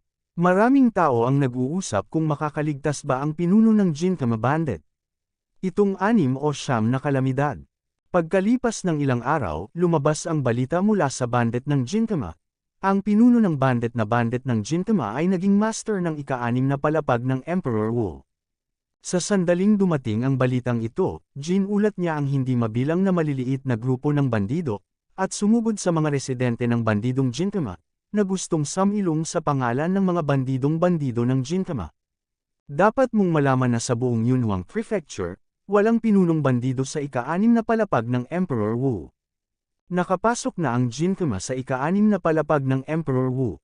Masasabing nagtakda ito ng president sa mga bandido na hindi pa umiiral mula pa noong sinaunang panahon. Susunod, tiyak na magiging pinuno ito ng mga bandido sa buong estado ng Yunhuang. Sa makatuwid, ang lahat ng maliliit na grupo ng bandido ay hindi makapaghintay na pumunta at yakapin ang kanilang malalaking binti, kahit na hindi sila maaaring maging core ng grupo ng bandidong Gintama, at kumilos bilang mga thug sa paligid. Ang pagtakbo ay medyo kahanga-hanga din. Kaya lang, hindi pa sumugod ang mga maliliit na bandidong ito sa kinaroroonan ng mga bandidong Gintama, at may mga balitang mas ikinagulat nila. Ang mga bandidong Blue Devils, bandidong Red Feather, at Demon Blood Bandits, na para bang magkatugma, ay narinig ang sunod-sunod na paggalaw ng pagtawid sa nakawan. Ang Blue Devil Bandits, Red Feather Bandits, at Blood Devil Bandits ay matagumpay na tinawid ng kanilang mga pinuno ang pagnanakaw, na nakapasok sa ika-6 na antas ng Emperor Wu. Sa oras na ito, maraming bandido ang nakaintindi kung bakit napakagulo ni Yan Wangcheng kanina, at ang 4 na grupo ng mga bandido ay tahimik at hindi pinansin. Lumalabas na ang mga pinuno ng 4 na grupo ng bandido ay talagang silang lahat ay nagsasanay sa paglilinang sa pag-atres, nagsusumikap na makapasok sa ika-6 na palapag ng Emperor Wu. Ngayon, sa wakas ay ipinakita nito ang kanyang mga pangil. Natural na alam din ni Chen Lei ang balita. Hindi niya inaasahan na ang mga pinuno ng 4 na grupo ng bandido ay lalampas sa ika-6 na palapag ng Emperor Wu. Kung ito ang kaso, ito ay mabubuhay. Siguradong mabubuhay ang Yunhuang Country, papasok sa kaganapang taglagas, at ang kanyang sariling ulap na disyerto na lungsod ay magiging mapayapa. Sa katunayan, lahat ng pinuno ng 4 na grupo ng bandido ay nakalusot, na ikinamangha din ng lahat ng bandidong grupo sa Yanwangshu. May pakiramdam na masyadong mabilis ang pagbabago ng mundo at hindi ko na kayang makipagsabayan sa mga panahon. Sa mga oras na ito, nataranta rin ang grupong ito ng maliliit na bandido, at hindi alam kung anong puwersa ang sasamahan, kaya nanatili na lamang sila at naghintay at nanood. Sa katunayan, alam nitong maliliit na bandidong grupo na hindi sila ang target ng 4 na bandidong grupo. Ang Cloud Desert City ang pinakamalaking kaaway ng 4 na pangkat ng bandido na ito. Wala silang kailangang gawin, umupo lang at manood. Gagawin ang mga laban ng tigre. Nang si Chen Lei ay lihim na napabuntong hininga na ang ulap at baog na estado ay pumasok sa isang mahalagang taglagas, tulad ng inaasahan. Sa loob ng ilang araw, ang Silver Soul Bandit Group ay nagpadala ng isang tao upang magpadala ng ultimatum, na humihiling sa ulap at baog na lungsod na sumuko sa loob ng 10 araw, kung hindi, tiyak na wawasaki ng Silver Soul Army ang desyerto na lungsod. Sa pagitan ng kanyang mga pag-amin, ang kanyang tono ay napakatigas, na para bang hindi niya inilagay si Yan Wangcheng sa kanyang mga mata. Tumingin si Chen Lei sa mayabang na gangster na dumating upang ihatid ang sulat, at agad na kinuhanan ng larawan ng sulat bilang isang pulbos. Chen Lei, talagang naglakas loob kang sirain ang sulat ni Silver Soul King sa publiko. Parang ayaw mo na sa Cloud Desolate City. Kung ganoon, walang masabi, hintayin mo na lang na dumating ang Silver Soul Army ko.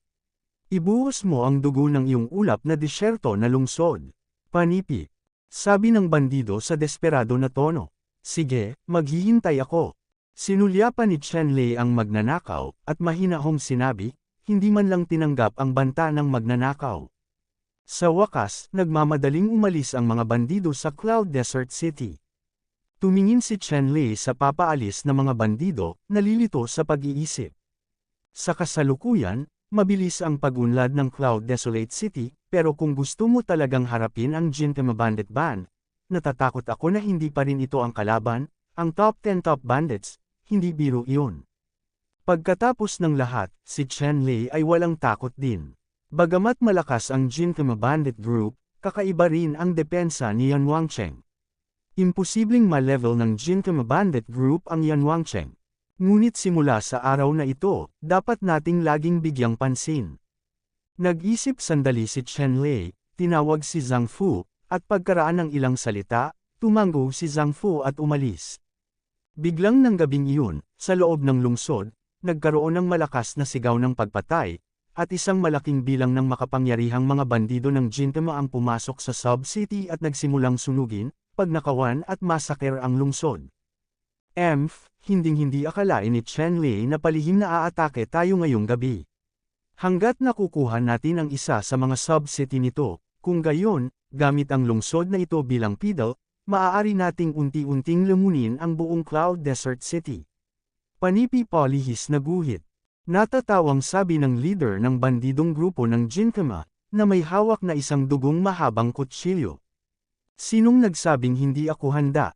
Kaya lang, hindi biglang tumigil ang tawa ng leader ng Gintama Bandit Group, biglang nagsilabasan ang hindi mabilang na malalakas na tao para palibutan itong bandido ng Gintama Bandit Group.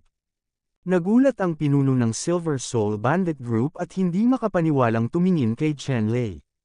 Hindi niya inaasahan na nakita ni Chen Lei ang kanilang plano. Ito ay imposible. Alam mo, gumagana ang plano nila. Upang mailarawan ito ng maayos, imposibleng tumagas.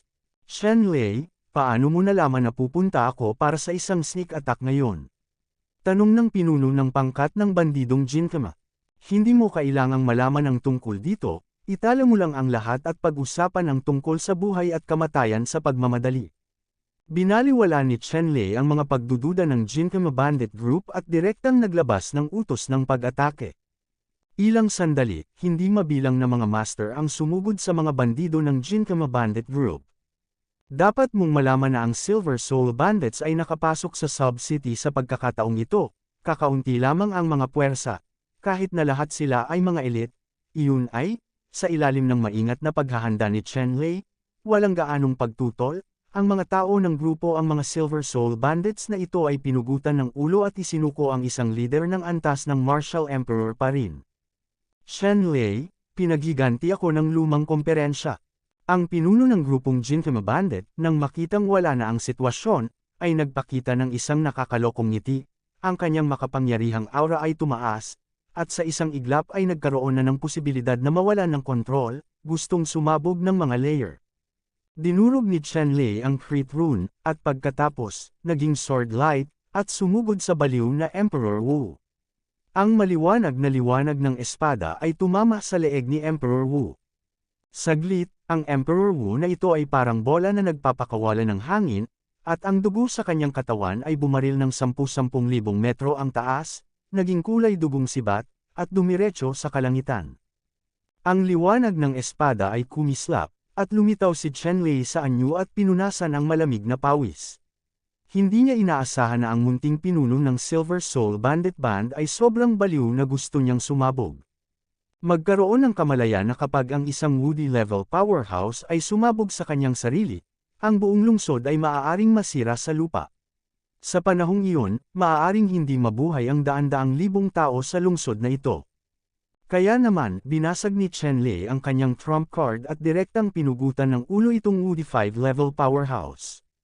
Matapos mapugutan ng ulo itong Woody 5th-level powerhouse, inayos ni Chen Lei ang kanyang mga nasasakupan upang harapin ang mga follow-up na usapin, at pagkatapos ay direktang bumalik sa linggo.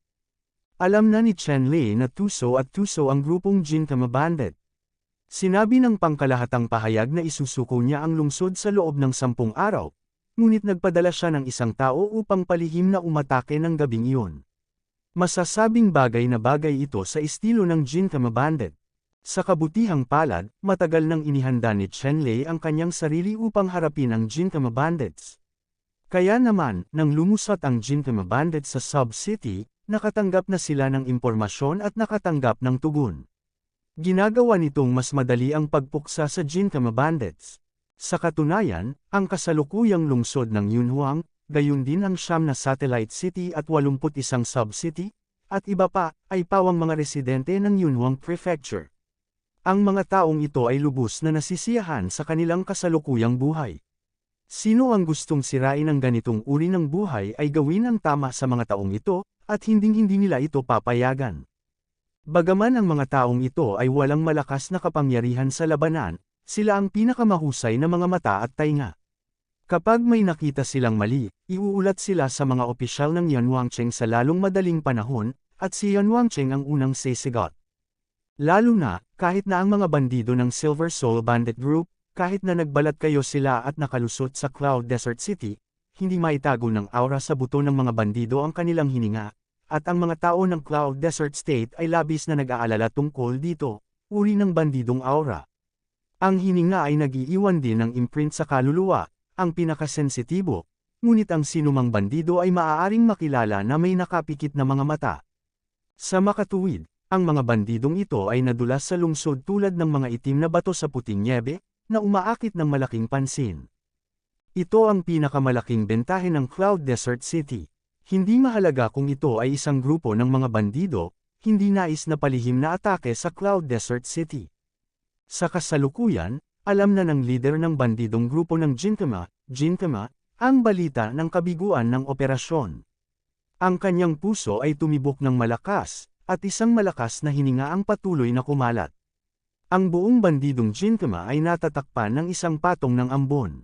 Alam ng mga walang tigil na bandido na masama ang loob ng kanilang amo, at lahat sila ay nag-iingat, hindi nangangahas na gumawa ng anumang ingay, upang hindi makaistorbo sa amo. At si Gintama, pagkatapos ng lahat ng oras na ito, ay halos hindi mapatahimik ang kanyang isip. Sa una, hindi niya inilagay si Yan Wangcheng sa kanyang mga mata. Ang kanyang kalaban ay palaging ang emperador ng Treasure Talisman Empire. Matapos malaman na ang Treasure Talisman Emperor ay pumasok sa ika-6 na palapag ng Emperor Wu, at pinatay ang dalawang pangunahing puwersa ng Ming family at ang Sword of Radiance, nakaramdam si Gintama ng matinding krisis. Alam na susunod, ang Treasure Talisman Emperor ay tiyak na darating upang makitungo sa kanila. Maging ang Gintama Bandit Group, Red Feather, Blue Devil, at Blood Devil, alam nilang lahat ang kanilang pag-iral, na nagdudulot ng malaking banta sa Treasure Talisman Emperor. Dati, pinakawalan siya ng emperador ng Baofu Kingdom. Iyon ay dahil ang emperador ng Baofu Kingdom ay walang kakayahang mamahala. Ang bawat isa ay ang 5th floor cultivation ng Emperor Wu. Bagamat may mas malalakas na manlalaro sa ika-5 palapag ng Emperor Wu di sa Baofu, walang occupy ang may napakalaking bentahe. Sa sandaling talagang lumaban sila sa isang bandidong grupo na tulad nila, kahit na manalo ang Baofu Nation, tiyak na makakamit nito ang isang kakilakilabot na tagumpay, at ang pambansang lakas nito ay masisira ng husto, upang ang ibang puwersa ng pangingisda ay makinabang. Sa makatuwid, si Gintama at ang iba pa ay lubos na nagtitiwala, at ang emperador ng Talisman Empire ay hindi nang ahas na ilipat sila ng madali. Gayunpaman, nang si Emperor Baofu Guo ay pumasok sa ika-6 na palapag ng Emperor Wu, ito ay naiiba. Ang ika-6 na palapag ng Emperor Wu ay nakaranas ng matinding pressure sa ika-5 palapag ng Emperor Wu. Sa normal na kalagayan, ang ika-5 palapag ng Emperor Wu ay madaling mapatay. Sa makatuwid, naramdaman ni Gintama at ng iba pa ang malalim na pakiramdam ng krisis, at ito ang tanging paraan upang pilitin ang isang pambihirang tagumpay sa ika-6 na palapag ng Emperor Wu sa lahat ng mga gastos. Ang dahilan kung bakit puwersahang makapasok si Gintama sa ika-6 na palapag ng Emperor Wu ay dahil sa naubos na niya ang kanyang potensyal sa hinaharap. Sa madaling salita, hindi niya magagawang makapasok sa ika-7 palapag ng Emperor Wu sa buhay na ito. Gayunpaman, umaasa sa paglilinang ng ika-6 na palapag ng Emperor Wu, sapat na upang pamunuan ang hari sa desyerto na estadong ito. Matapos makapasok si Gintama sa ika-6 na palapag ng Emperor Wu, ang unang bagay na naisip niya ay ang pagsasanib sa Red Feather Group, Blue Devils, at Demon Blood Bandits, at duminahin ang buong Yunhuang State. Kaya lang noong panahon na pinagsasama-sama niya ang cultivation sa ika-6 na palapag ng Emperor Wu, ang hindi niya inaasahan ay nakapasok din ang mga pinuno ng Red Blood, Blue Demon, at Blood Demon Bandit Groups. Malinaw, naramdaman din ng ilang taong ito ang matinding panggigipit mula sa Emperor Treasure Talisman, at pagkatapos lamang ay piniling lumampas. Sa ganitong paraan, natural na imposible para sa Gintama na lunukan ng Red Feather, Blue Devils at Demon Blood. Ang pagkawala ni Gintama sa ganoong pagkakataon ay nagpadala ng lahat ng galit kay Yan Wangcheng. Ngayon, alam na ni Gintama ang pinagmula ng Yan Wangcheng, at ang may-ari nito ay talagang ang prinsesa ng mansion ni Prince Yongjun. Para sa anak na ito na si Chen Chen, natural na alam ni Gintama na naghiganti siya sa pagpatay sa kanyang ama. Kaya, alam ni Gintama na ganap na imposible para sa magkabilang panig na mapayapang mabuhay sa isa't isa. Sa makatuwid, ipinadala niya ang kanyang mga nasasakupan upang maghatid ng liham kay Yan Wangcheng upang sumuko. Sa katunayan, kung talagang susuko si Yan Wangcheng, hinding-hindi papakawalan ni Gintama ang sinuman. Siyempre, sa simula, hindi binalak ni Gintama na si Yan Wangcheng ay sumuko ng masunurin. Ang pagpapadala ng sulat ay para lamang maparalisa ang kalaban, at ang pag-atake sa gabi ay ang pangunahing bagay. Hindi ko inasahan na ang kanyang pinakamahal na pag-atake ay hindi nagtagumpay. Sa halip, nawalan siya ng kanyang mga sundalo at sundalo, lalo na ang isang Woody 5th level subordinate na natalo rin sa Yunhuang City. Masasabing nabawasan ng husto ang kanyang lakas. Yan Wangcheng, ang haring ito ay sumusumpa na talunin ka. Desidido ang Gintama na tuklasin muli ang lugar na ito pagkatapos magdusa ng mga pagkalugi sa Cloud Desert City. Matapos gawin ang desisyong ito, inutusan ni Gintama ang lahat ng mga sundalo at mga kabayo, at pagkatapos, ng buong lakas, patayin patungo sa tiwangwang na lungsod ng yon. Dahil ang sneak attack ay hindi gumagana, pagkatapos ay umatake. Si Gintama ay lubos na tiwala sa sarili nitong lakas. Sa pagkakataong ito, aabot sa kalahating milyong bandido ang ipinadala ng Gintama. Sunod-sunod na nagsisiksikan sa langit ang malalaking barkong pandigma at lumipad patungo sa desyerto na lungsod. Sa battleship, ang battleship ay puno ng battle armor. Mga bandido, lahat sila ay mamamatay tao sa lahat ng kanilang mga mukha, at ang buong kapaligiran sa Yanwangsho ay halos nanigas. Sa wakas, daan-daang malalaking barkong pandigma ang huminto malapit sa gilid ng lugar na kontrolado ng desyerto na Cloud City. Sa oras na ito, nakuha na ni Chenlei at ng iba pa ang impormasyon, at inutusan din nila ang lahat ng mga master na harapin si Gintama. Tumayo si Chenlei sa sub-city wall at tumingin sa labas. Sa kasalukuyan, ang buong Cloud City, kabilang ang 9 na satellite city, at 81 sub-city, ay konektado lahat ng mga formations upang bumuo ng isang malaking formation na sumasaklaw sa isang lugar na daan-daang libong milya.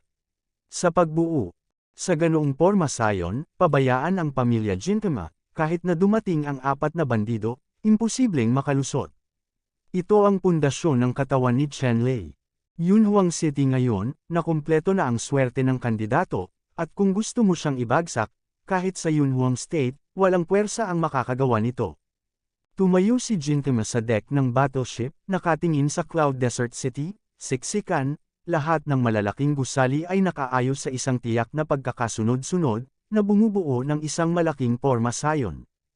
Nang makita ang sitwasyong ito, biglang sumakit ang ulo ni Gintama. Itong Cloud Desolate City ay isa lamang malaking tinak, at wala siyang mapag-usapan. Kaya lang, dahil masigasig siyang dumating, natural na imposibleng ma-overwhelm siya. Pagkatapos, ikanaway ni Gintama ang kanyang kamay, at saglit, daan-daang warboat ang nakapila sa isang hanay. Sa bawat bangkang pandigma, isang malaking bar aisles ng baril ang bumukas, at ang itim na butas ay nagliliwanag ng layuning pumatay mula sa kagubatan. Pagkatapos nito, ang daan-daang barkong pandigma na ito ay nagsimula ng patuloy na sinisingil. Ang muzzle ng black hole ay naglalabas ng malakas na pagbabago-bago ng enerhiya, at ang Filigree Energy Light Group ay nagsimulang magtipon sa harap ng muzzle.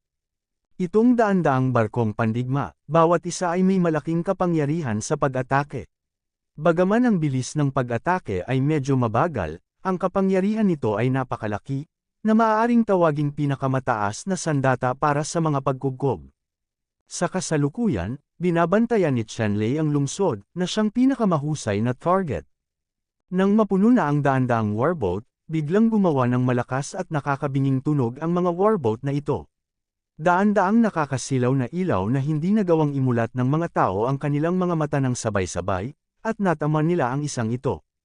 Ang malaking city light curtain. Isang malakas na pagsabog ang umalangaw sa pandinig ng lahat. Ang nakakasakit na kapangyarihan na ito ay napakalaki, may hahambing sa buong suntok ng ika-6 na antas na powerhouse na si Emperor Wu. Kaya lang, nangyari ang napakalaking pag-atake sa protective light curtain ng lungsod. Pagkaraan ng ilang sandali, ang pag-atake ay nasisipsip ng light curtain, at hindi mabilang na mga enerhiya ang agad na nakakalat sa higanteng light curtain na daan-daang libong milya sa radius. Bahagyang yumanig ang screen, pagkatapos ay bumawi muli. Medyo natigilan si Gintama, na overestimated niya ang depensa ng pormasyong ito, ngunit hindi niya inaasahan na magiging abnormal ang depensa. Daan-daang mga barkong pandigma ang nagtipon ng momentum upang magpadala ng isang buong pag-atake, hindi man lang magawa ang kaunting banta sa magaan na kurtina. Sa kasalukuyan, sumasakit din ang ulo ni Gintama. Isa lang itong baw ng pagong. Kung hindi nila mababasag ang baw ng pagong, hindi nila iniisip na makakasama ito kay Chenlei at sa iba pa. Chenlei, gusto mo bang magtago dito habang buhay?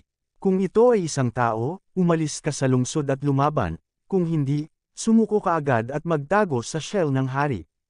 Nagpadala si Gintama ng mga tao upang sumigaw sa harap ng lungsod, sinusubukang galitin si Chenlei at ang iba pa at hayaan silang lumabas upang makipaglaban. Ngumisi si Chenlei, nag-iisa, lumipad palabas sa hanay ng proteksyon ng Pormasayon, at sinabing, alis na ako, sino ang maglalakas loob na makipaglaban sa akin? Sa sandaling ito, ang hininga ni Chenlei ay nagtagpo na, ganap na hindi nakakapinsala, at kahit na alam niya ito ng mabuti, ang hininga lang ng Martial Saint level ang kanyang nararamdaman. Gayunpaman, alam ng lahat na ang Chenlei na ito ay hindi kasing delikado gaya ng sa tingin niya. Ang mga detalye ni Chenlei ay sinaliksik ng mga bandidong Gintama. Ang paglilinang ay hindi malakas, ngunit ang katawan ay hindi malakas. Napakalupit, at ang Woody General level powerhouse ay hindi niya kalaban. Gayunpaman, nakikita si Chenlei na aktwal na lumalaban ng mag-isa laban sa daan-daang libong mga bandido. Ang kay-abangan ni Chenlei ay agad ding ikinagalit ng mga bandido na ito, lalo na ang ilang makapangyarihang 5th level martial artist sa ilalim ng Gintama. Nasa Gintama sila, ang lahat ng kanyang mga nasasakupan ay mga Panginoon na kayang tumayo sa kanilang sarili. Sila rin ang nangingibabaw sa isang panig kapag weekdays.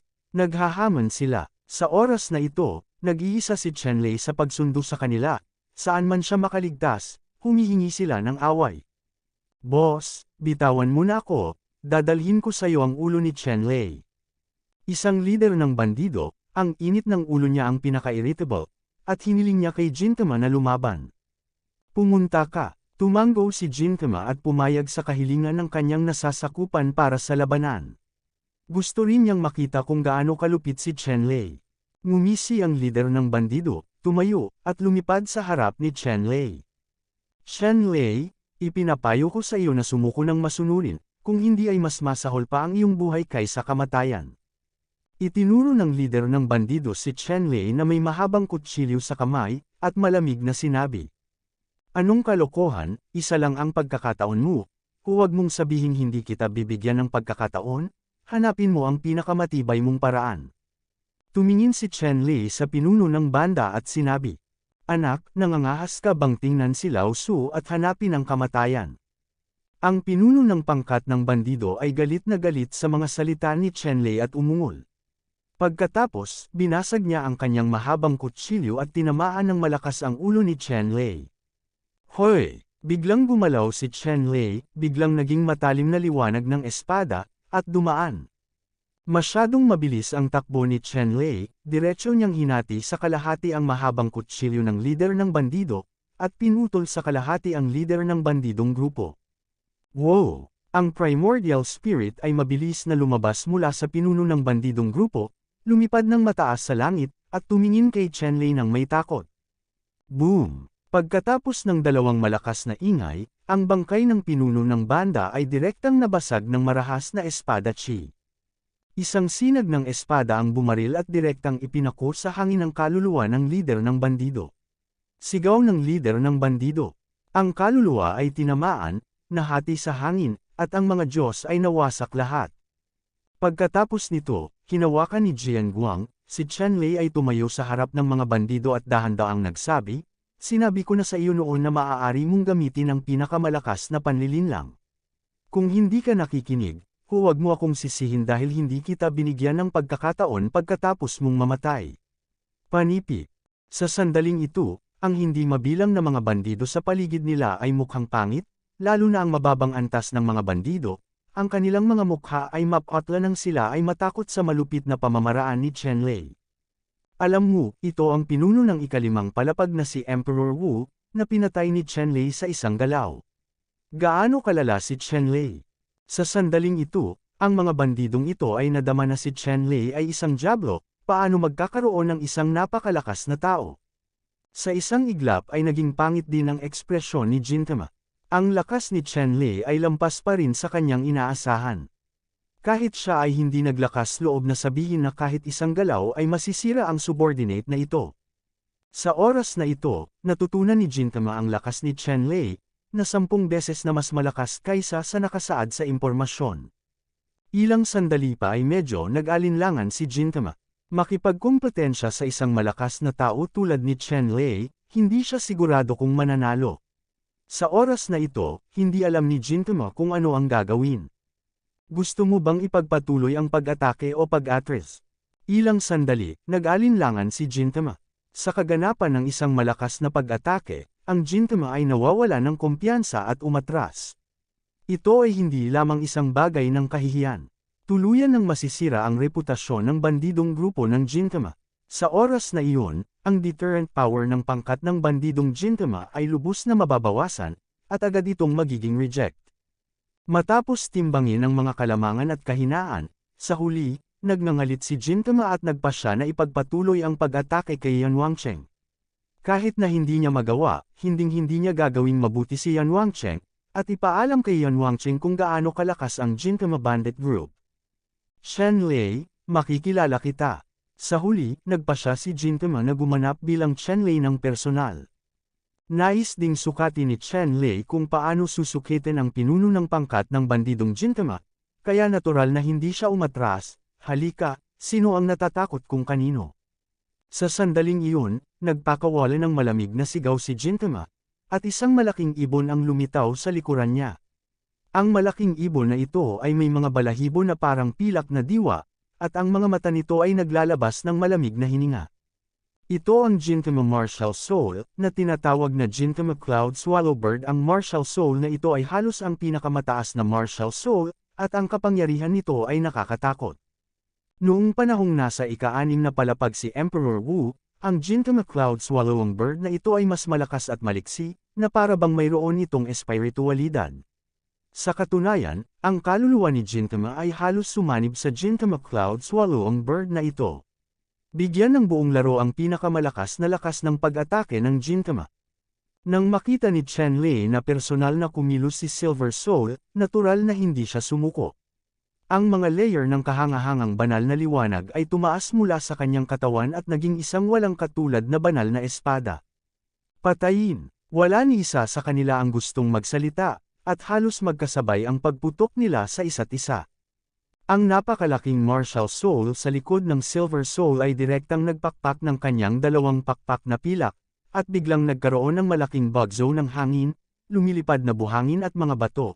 Ang langit ay madilim at ang lupa ay madilim, hindi mabilang na pilak na magaan na balahibo, na napapalibutan ng pilak na liwanag, kumikinang na may malamig na liwanag, sobrang siksik nagmamadali patungo kay Chen Lei. Si Chen Lei ay naging isang banal na katawan ng espada, ang pinakamatalas, ngunit hindi niya ito iniwasan, at direktang hinarap ang mga pilak na balahibo na ito. Ang mga pilak na balahibo na ito ay madaling nahati ni Chen Lei. Ang ibabaw ng hiwa ay kasing kinis ng salamin. Bagamat makapangyarihan ang mga pilak na balahibo na ito, malinaw na hindi ito magagawa ni Chen Lei. Sa sandaling ito, si Chen Lei, pagkatapos putulin ang mga magaan na balahibo, ay direktang naglaslas patungo sa higanteng Gintama Cloud Swallowing Bird, at gustong direktang putulin ang Gintama Cloud Swallowing Bird. Sa oras na ito, hindi ginamit ni Chen Lei ang Critical Strike Rune, ngunit ang katawan ng espada sa ikalawang palapag ay napakalakas.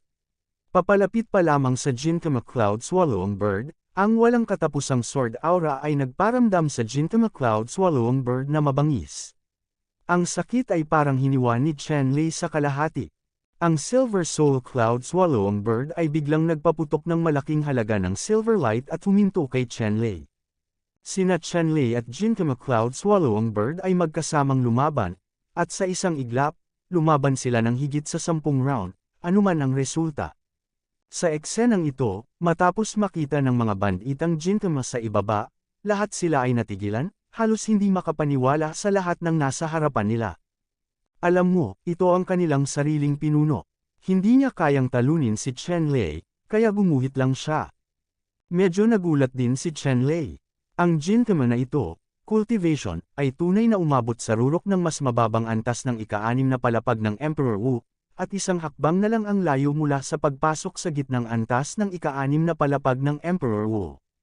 Dapat mong malaman na ngayon sa Martial Emperor Realm, ang bawat level ay nahahati sa upper, middle at lower level. Bagamat maliit lang ito, may malaking pagkakaiba. Ang Gintama ay nakalusot pa lamang sa ika-6 na palapag ng Emperor Wu, at inaasahang aabot sa gitnang antas ng ika-6 na palapag ng Emperor Wu. Hindi ko talaga alam kung ano yon. Saan nalaman ni Chen Lei na ang dahilan kung bakit nagkaroon ng ganoong cultivation behavior si Gintama ay dahil naubos na niya ang lahat ng potensyal niya sa hinaharap, at pagkatapos ay nakapasok siya sa ika-6 na palapag ng Emperor Wu sa isang iglap, at pagkatapos ay direktang umakyat sa tuktok ng mababang antas. Kaya lang, kahit na naubos ni Gintama ang kanyang potensyal, hindi siya direktang makakalusot sa cultivation hanggang sa ika-6 na intermediate level ng Emperor Wu, at, sa kanyang buhay, hinding-hindi siya makakalusot sa kaharian na ito. Masasabing nawala ng Gintama ang lahat ng potensyal na pag-unlad nito sa hinaharap, at pagkatapos lamang ay nakapasok sa ika-6 na palapag ng Emperor Wu. Sa ganitong sitwasyon, sa ngayon, masasabing napakalakas ng combat power ng Gintama. Gayunpaman, napagtanto ni Gintama na maaari lamang nitong itali si Chen Lei, at nahuli pa ng kaunti. Ang dahilan ay kung wala siya, masyadong malalim ang background ni Chen Lei. Ang paglalakbay ni Chen Lei sa kanyang paglalakbay, lahat ng uri ng pakikipagsapalaran, ay hindi maihahambing sa Gintama, kundi pati na rin ang muling pagsilang ng rurok na muling pagsilang ni Emperor Wu. Naturally, ang karanasan ay mas mataas din kaysa sa Gintama. Ang mga pagsasanay na ginagawa ng mga practitioner ngayon ay ang lahat ng pinakamahusay na ehersisyo sa mundo, lalo na ang Magic Sword Body Exercise, ang White Tiger Exercise, at ang Qinglong Rejuvenation Exercise. Ang mga pagsasanay na ito ay may mga pantulong na epekto. Magkasama, ang mga pagsasanay na ito ay gumagawa ng isang husay na pagbabago, ang dakilang kapangyarihan ay bihira sa mundo. Sa oras na ito, alam na ni Chen Lei ang mga detalye ng Gintama bagamat malakas ito, hindi ito nagdulot ng malaking banta sa kanya. Nang maisip ito ni Chen Lei, bigla niyang nadurog ang Critical Strike Rune, at ang kanyang lakas ay agad na tumaas ng higit sa 30 beses. Ang liwanag ng espada na nabuo ng banal na katawan ng espada ay biglang tumaas hanggang 10,000 metro, at ito ay kasing bilis ng kidlat, patungo sa pilak na kaluluwa. Pugutan ng ulo ang nakaraan. Agad na naramdaman ni Gintama ang isang malaking krisis, at ang pilak na espiritu na nagmula sa katawan ng Gintama Cloud Swallow ay biglang kumalat palabas tulad ng isang maliit na pilak na araw. Ang pilak na liwanag na ito ay kasing solid ng sangkap, kasing bigat ng mercury, hindi mabilang na mga ron na iwinagayway, patong-patong, isang alon na mas mataas kaysa sa isang alon, ang walang laman ay nabasag na patong-patong sa ilalim ng puwersang ito. Ang kahangahangang liwanag ni Chen Lei ay agad na tumakas sa kalangitan na puno ng pilak na liwanag, at pagkatapos ay nilaslas ng espada ang Silver Soul Cloud na lumulunok ng ibon, at saglit, pinutol niya ang isa sa mga pakpak ng Silver Soul Cloud Swallowing Bird. Ang primordial spirit ni Gintama ay biglang lumiit ng husto, at ang hininga ng buong tao ay bumagsak, at isang subaw ng dugo ang iluwa. Nakaramdam ng sobrang takot si Gintama, ngunit hindi niya inaasahan na lalaban siya ng buong lakas, ngunit hindi pa rin niya mapigilan ang espada. Sa sandaling ito, ang lahat ng liwanag ng espada sa katawan ni Chen Lei ay pinalapot din. Ang suntok kanina lang ang pinakamalakas na suntok niya, pero sayang hindi niya direktang mapatay si Gintama. Sa sandaling ito, ang katawan ni Chen Lei ay umaagos ng asul na liwanag, at ang walang hangganang espiritual na enerhiya ay naging isang malaking asul na vortex sa itaas ng kanyang ulo, at pagkatapos ay bumuhos sa kanyang katawan ng mabangis. Ang hininga ni Chen Lei, pagkatapos ng ilang paghinga, ay bumalik sa kanyang pinakamataas na estado. Si Chen Lei, na naka-recover sa kanyang peak state, ay muling nag-transform sa isang divine sword body at naglaslas patungo sa Gintama. Gusto niyang samantalahin ang pagkakataong ito para tuluyang iwan ang Gintama dito. Kung talagang mapugutan ng ulo si Gintama, sisirain ng Gintama Bandit Group ang sarili ng hindi inaatake, at iyon ay maituturing na paghihiganti laban kay Chen Chen. Sa kasalukuyan ay malubhang nasugatan ang Silver Soul at hindi na maka-recover. Nang makitang pinugutan muli ng ulo si Chen Lei, saan siya nang ahas na makipagkompetensya kay Chen Lei, naging Silver Light, at lumipad palayo. Patayin! Sa oras na ito, sa ilalim ng Gintama Bandit Group, ilang mga Woody level 5 strongmen ang galit na sumigaw at bumangon sa ere, hinarangan si Chen Lei sa ere upang bumili ng oras para sa pagtakas ni Gintama. Isang kislap ng dugo ang kumislap, at bumuhos ang isang malaking ulan ng dugo, at ang dalawang lider ng bandido sa ikalimang palapag ng Emperor Wu ay direktang pinutol ni Chen Lei. Sa oras na ito, sabay-sabay na kumilos ang natitirang mga lider ng bandido, at binomba ng ilang guwangwa ang katawan ni Chen Lei. Ilang sandali, tumigil ang bilis ng paggalaw ni Chen Lei at naharang si Chen Lei. Tinamaan ito ng husto si Chen Lei, at nasugatan din ang katawan ng espada ng Excalibur body.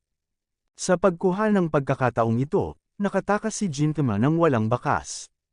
Nang makita ito ni Chen Lei, tumigil siya sa paghabol sa kanya, ngunit naging isang espada ng liwanag at umatras sa lungsod. Pagkatapos umatras sa lungsod, ang mukha ni Chen Lei ay mapatla at walang dugo, nakaupo sa itaas ng lungsod, direktang pinapatakbo ang Azure Dragon Rejuvenation Art, at nagsimulang gumaling.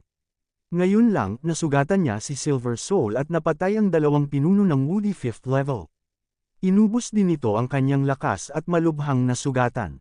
Gayunpaman, sa Azure Dragon Rejuvenation Technique, ang ilang mga pinsala ay maaaring mabawi sa napakaikling panahon, ngunit sa loob ng ilang paghinga, gumaling ang pinsala ni Chen Lei at bumalik siya sa pinakamataas na kondisyon. Gayunpaman, sa kasalukuyan, ang Silver Soul Bandit Group ay nakabuo ng isang solidong pormasayon at niyakap sila sa isang grupo. Ilang Woody 5-layer strong leaders, acting as each other's horns, held their position strongly to guard against Chen Lei.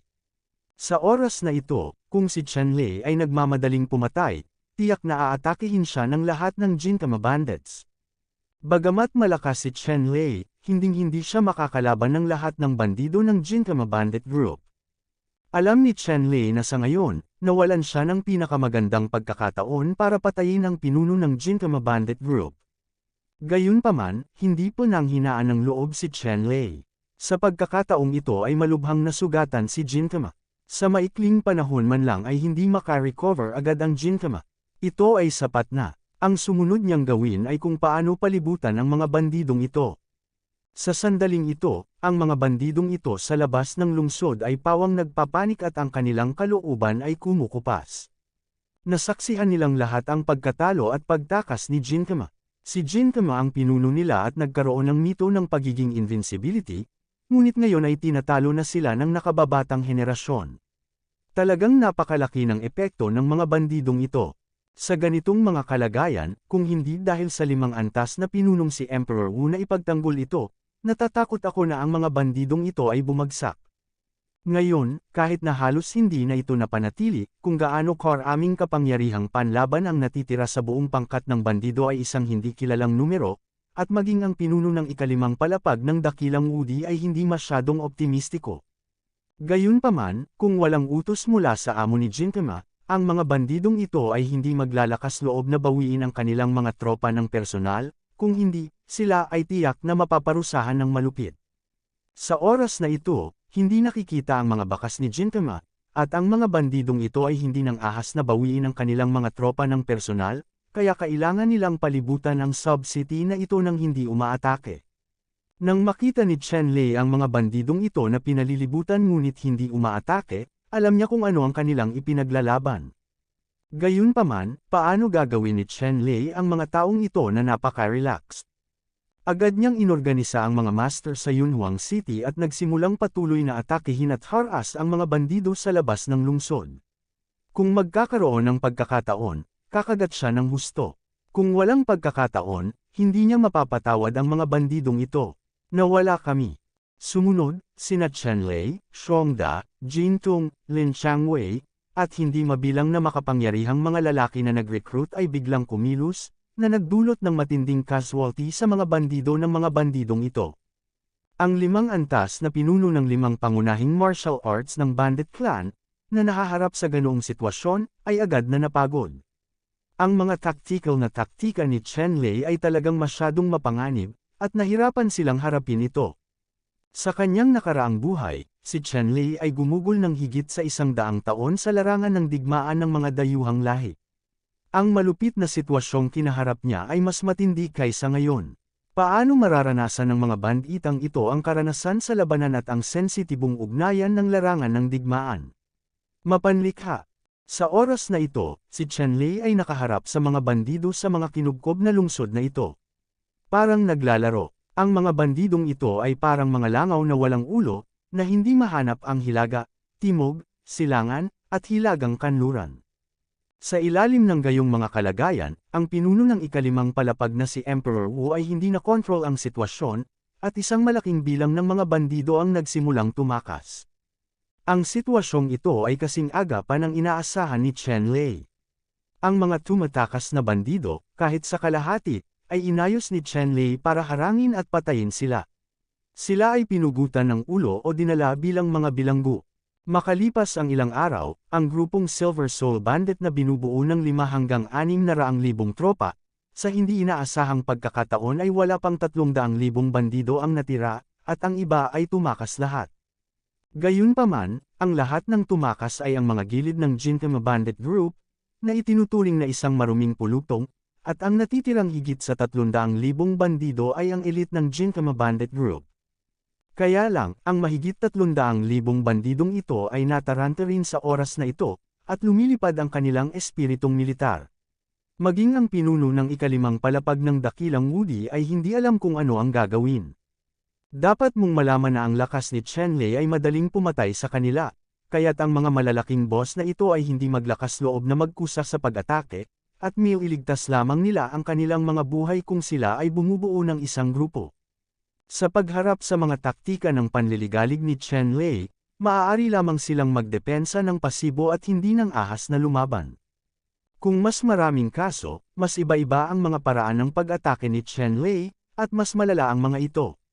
Araw-araw, ang lakas ng Silver Soul Bandit Group ay lubhang pinahina ni Chenlei. Kung magpapatuloy ito, magkakaroon sila ng higit sa 300,000 elite. Hindi marami. Kuya, siguradong hindi ito uubra. Walang balita si boss. Ayoko pang bumalik. Ito ay parusa. Aminado din kami. Mas masahol pa iyon kaysa sayangin ang buong buhay natin dito. Sa araw na ito, pinag-uusapan ng ilang pinuno ng Gintama ang mga bagay sa kampo. Ang pinakamadalas nilang ginagawa ay magsunog, pumatay, at magnakaw. Wala sa kanilang kapangyarihan na hayaan silang sumabak sa isang seryosong digmaang pagkubkob, lalo na ang kalaban na kanilang kinakaharap, napakatuso at malupit, hindi naman sila kalaban. Matagal na nag-usap ang mga pinuno ng iba pang grupo ng bandido, at sa wakas ay napagkasundoan na bawiin ang kanilang mga tropa. Ang swerte ng Cloud Desert City na ito ay tapos na, at hindi ito isang bagay na maaari nilang manalo. Matapos gawin ang desisyong ito, ang mga pinuno ng mga bandidong grupo na medyo determinado ay nagsimulang gumawa ng mga kaayusan kaagad. Isa-isang pumailan lang sa langit ang mga warboat, dala ang natitirang mga bandido ng Gintama, at lahat ay lumikas. Nang makitang tumatakbo ang mga bandidong Gintama, hindi na sila tinuloy ni Chenlei. Sa pagkakataong ito, tila nanalo ang Cloud Desolate City at inalis ang Silver Soul Bandit Group, ngunit sa katunayan, sinamantala nila ang terrain. Ang mga bandido ng bandidong grupong ito ay hindi makaatake, maaari silang umatake. Maaaring mapanatili ang pag-urong, makakamit ang gayong mga resulta. Kung aabutan natin ngayon at sasabak sa isang mapagpasyang labanan sa Gintama Bandit Group, tiyak na magdaranas ng matinding pagkatalo ang puwersa sa Cloud Desolate City. Dapat mong malaman na ang kasalukuyang Deserted City Army ay masasabing kakabuo pa lang, paano ito kalaban ng mga masasamang bandido sa Silver Soul Bandit Group. Bukod dito, noong unang itinayo ang Cloud Desert City, kulang na kulang din ang iba't ibang madiskarteng materyales. Halimbawa, ang mga barkong pandigma na may kakayahang maghatid ng mga tropa, at sa kasalukuyan ay wala sa Cloud Desert City. Paano ito mahuli? Kaya, sa pagkakataong ito ay nakamit ni Chenlei ang kanyang madiskarteng layunin sa pamamagitan ng pagtatuboy sa mga bandidong bandit ng Gintama Bandit na itinuturing na matagumpay sa pagkumpleto ng kanilang gawain. Pagkatapos ng labanang ito, naging tanyag sina Chenlei at Yan Wangcheng sa buong Yunhuang Prefecture. Sa sandaling ito, maging ang Red Feathers, ang Blue Devils, o ang tatlong dakilang bandido ng Blood Devils, lahat sila ay nagbigay ng malaking kahalagahan kay Yan Wangcheng. Ang kakayahang talunin ang Silver Soul ay nagpapatunay na ang lakas ni Chen Lei ay umabot na rin sa ika-6 na palapag ng Emperor Wu, at siya pa rin ang pinuno ng ika-6 na palapag ng Emperor Wu. Sa mga ulap at tigang na estado, ang pangmatagalang pag-iral at pag-unlad ng isang dominion ay hindi nakadepende sa kung gaano karaming tao ang nasa ilalim nito, ngunit sa lakas ng pinakamataas na pinuno nito. Silver Soul man, Red Feather, Blue Devils, o Demon Blood Bandit Group, lahat sila ay ganito. Kung ang kanilang boss ay orihinal na isang nangungunang master, imposibleng makamit ang gayong makapangyarihang 4 na tao, mga tulisan. Sa ngayon, may mga malalakas na tao sa Yanwangshu na kayang makipagkumpetensya sa pinakamalakas na 6 na antas na Wudi, kaya walang sinuman ang nang-ahas na ilipat ang Yanwangcheng ng madali. Hindi bababasa, hindi makatuwirang atakihin si Yanwangcheng bago maalis si Chen Lei. Ang pinakamahalagang bagay upang malutas ang Cloud Desert City ay ang paglutas ng Chen Lei. Matapos mamatay si Chen Lei, ang Cloud Desert City ay masasabing nakakatalo sa sarili. Matapos magretiro ang Silver Soul Bandit Group, pansamantalang pumasok si Yanwangcheng sa panahon ng medyo kalmado. Walang bandidong grupo ang nang-ahas na madaling salakayin si Yanwangcheng. Sa panahong ito, mabilis ding umunlad ang Yanwangcheng, at gumawa ng kamanghamanghang pag-unlad araw-araw. Ngayon, ang Yanwangcheng ay naging banal na lupain na pinakahihintay ng mga tao ng Yanwangshu, na ligtas, malaya at maunlad. Araw-araw, di mabilang na tao ang bumaha sa desyerto na lungsod at sumasali rito. Ang mga taong ito ay nagmumula sa lahat ng direksyon sa Yanwangshu, at mayroon pang ang maraming mga master na piniling sumali sa Yanwangcheng. Sa isang malayong bayan, si Zhang Fu ang may pananagutan sa pagpapatira ng mga taong ito. Ngayon, si Zhang Fu ay naging isa sa pinakamaaasahan ni Chen Lei. Hindi inaasahan ni Chen Lei na talagang may kakayahan si Zhang Fu na makita ang puso ng mga tao at malinaw niyang nakikita ang iniisip ng mga tao. Siyempre, ito ay talagang isang tao na walang depensa laban kay Zhang Fu, walang depensa, at bukas na puso, kaya makikita ni Zhang Fu ang mga iniisip sa puso ng mga taong ito. Gayunpaman, ito ay sapat na. Para sa mga masters na dumating para sumuko, si Zhang Fu ay susuriin silang lahat para tingnan kung ang mga taong ito ay mga especially iya o talagang dumating para sumuko. Para sa mga especially iya na iyon, walang masabi, at direkta silang papatayin, ngunit para sa mga tunay na sumuko, natural silang hihigop at tatanggapin. Ang Cloud Desert City ngayon ang pinakamaraming masters, lalo na ang Panginoong Emperor Wu, bagamat sinabi ni Chen Chen ang prinsesa ay nagdala ng maraming mga Panginoon sa antas ng Wudi mula sa Baofu Nation, ngunit sa pagharap sa sitwasyon ng disyerto na lungsod, hindi pa rin ito sapat. At hindi gaanong mga Panginoon ang pumupunta upang sumama sa malayong lungsod, lalo na mula kay Emperor Wudi. Kailangan mong malaman na ang dahilan kung bakit ang 4 na malalaking grupo ng mga bandido ay nagtatamasa ng isang mahusay na reputasyon sa ulap at baog na bansa ay lahat ay sapilitang pumatay. Masasabi mong hindi ko alam kung ilang kalaban ang ginawa nila. Ilang Wudi-level powerhouses ay pinapugutan ng ulo ng 4 na bandido ang kanilang mga kapamilya, kamag-anak at kaibigan. Ang mga ganitong kaso ay hindi masyadong kakaunti. Ang mga dating martial emperor-level powerhouses na ito ay malungkot, at kahit na gusto nilang maghiganti, sila ay walang magawa. Ngunit ngayon, ang paglitaw ng Yanwangcheng ay nagbigay sa mga taong ito ng pag-asa para sa paghihiganti. Dapat mong malaman na ang estilo ng pagtatrabaho ni Yanwangcheng, ang pangkat ng bandido, ay lahat ay magkasalungat, at sila ay malakas. Ito ay naging sanhi ng ilang malalakas na tao na gustong ipaghiganti ang 4 na magagaling na bandido, ngunit hindi sapat ang lakas, medyo nasa sabik. Sa sandaling sumali sila sa Cloud Desert City, hindi na maaabot ang usapin ng paghihiganti. Matapos ang isang panahon ng lihim na pagmamasid, lalo na pagkatapos makitang tinalo ni Chen Lei ang Jintomac, lahat ng mga powerhouse na ito ay naglalayong sumali sa desyerto na lungsod. Para sa makapangyarihang mga taong ito, hanggat hindi sila masamang tao, natural na tinatanggap sila ni Chen Lei ng taos-puso. Tungkol naman sa kanilang panukala na patayin ang bandidong grupo at maghiganti, ito ay naaayon sa layunin ni Chen Lei, at natural na walang magiging problema. Bilang resulta, ang lakas ni Yanwangshu ay tumaas muli ng mabilis, at ang 5 tier na Woody ay may hanggang 10 tao. Dapat mong malaman na ang kasalukuyang Silver Soul Bandit Group, Woody 5th level powerhouse, ay wala pang 10. Siyempre, noong nakaraan, mayroong higit sa 10 malalakas na lalaki sa ikalimang palapag ng Emperor Wu ng Silver Soul Bandit Group, ngunit sunod-sunod na pinatay ni Chenlei ang 4 o 5 sa kanila. Ngayon, wala pang 10 sila. Kung tungkol sa mga powerhouse sa una, ikalawa, at ikatlong palapag ng Emperor Wu, mas marami pa, lalo na ang unang palapag ng Emperor Wu, na may 10,000 tao, at sila ang naging gulugod ng Yunhuang City. Ang dahilan kung bakit napakarami ay hindi dahil sa mga masters na na-recruit, ngunit dahil ang swerte ni Zuer ay nadurog si Eden. Ito ay tiyak na dahil dito na ang powerhouse sa tuktok ng Wuzo ay maaaring makalusot sa Emperor Wu layer.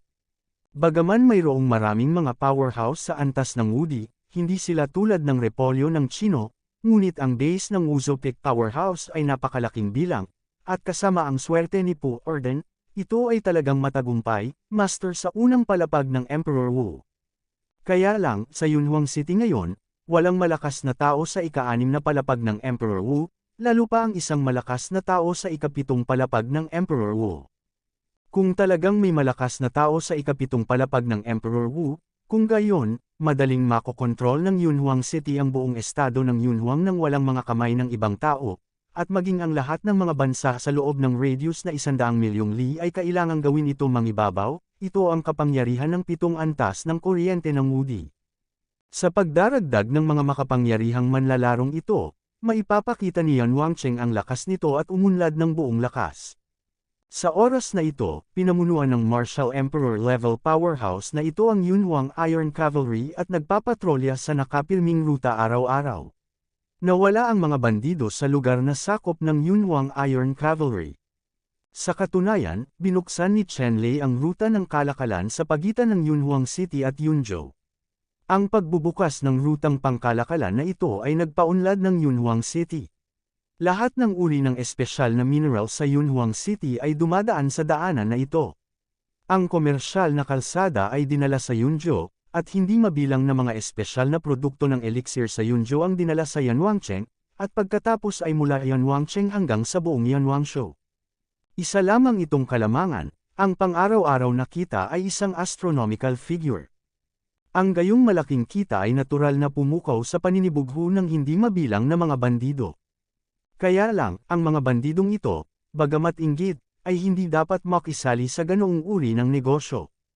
Dahil walang kredibilidad ang bandidong grupong ito. Dati, naisip din ni Yunzhou na makipagnegosyo sa bandidong grupong ito, pero anuman ang resulta, ang bandidong grupong ito ang magbebenta ng mga paninda. Sila ay nahak, at maging ang mga taong nagdadala ng mga kalakal ay pinatay. Sa paglipas ng panahon, walang grupo ng negosyo ang nang-ahas na makipagnegosyo sa mga bandido sa Yanwangshu. Napakahina ng kanilang kredibilidad. Ngunit iba ang Yanwangcheng. Si Yanwangcheng ay may napakataas na reputasyon. Kapag nakikipagnegosyo sa Yanwangcheng, hindi kailanman nagkaroon ng paglabag sa kontrata o atraso sa pagbabayad. Maging si Yanwangcheng ay ginagarantiyahan din ang kanilang kaligtasan sa komersyal na kalye.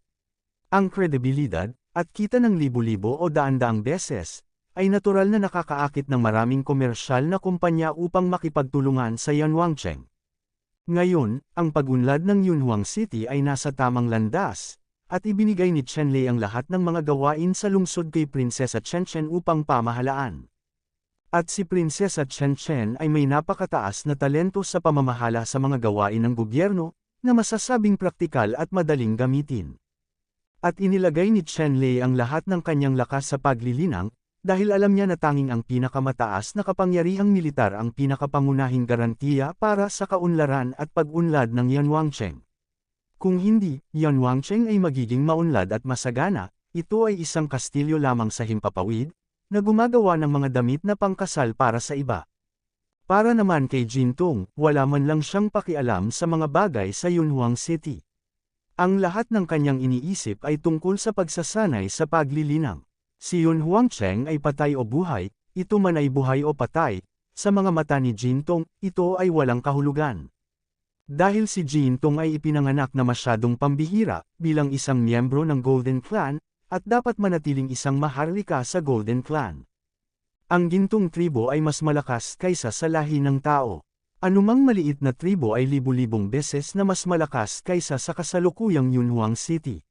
Sa makatuwid, sa mga mata ni Jintong, ang Yunhuang City ay hindi nararapat na banggitin. Gayunpaman, ang ikinagulat ni Jintong ay ang bilis ng pag-unlad ng Yanwangcheng.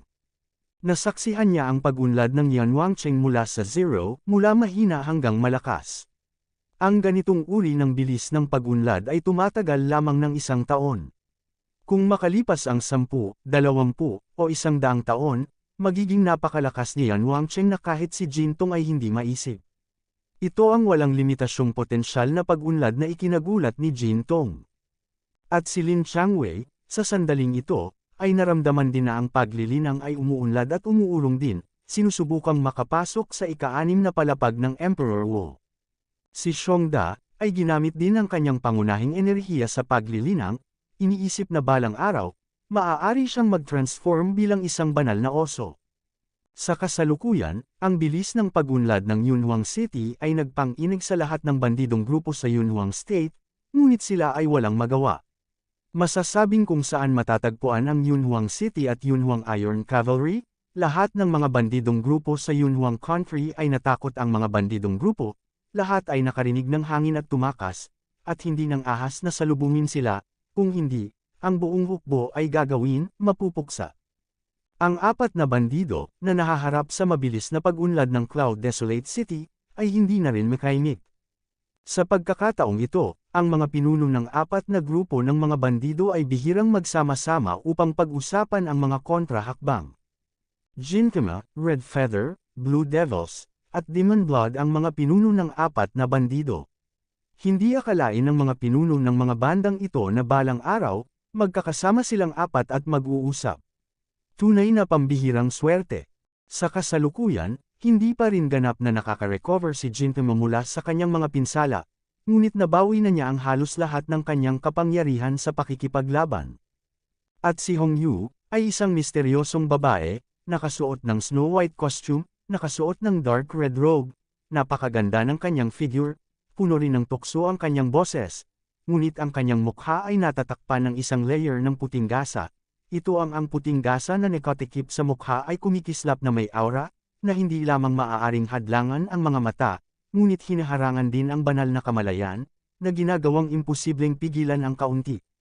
Si Hongyu, ay masasabing pinakamahiwagang tao sa mga pinuno ng 4 na grupo ng bandido.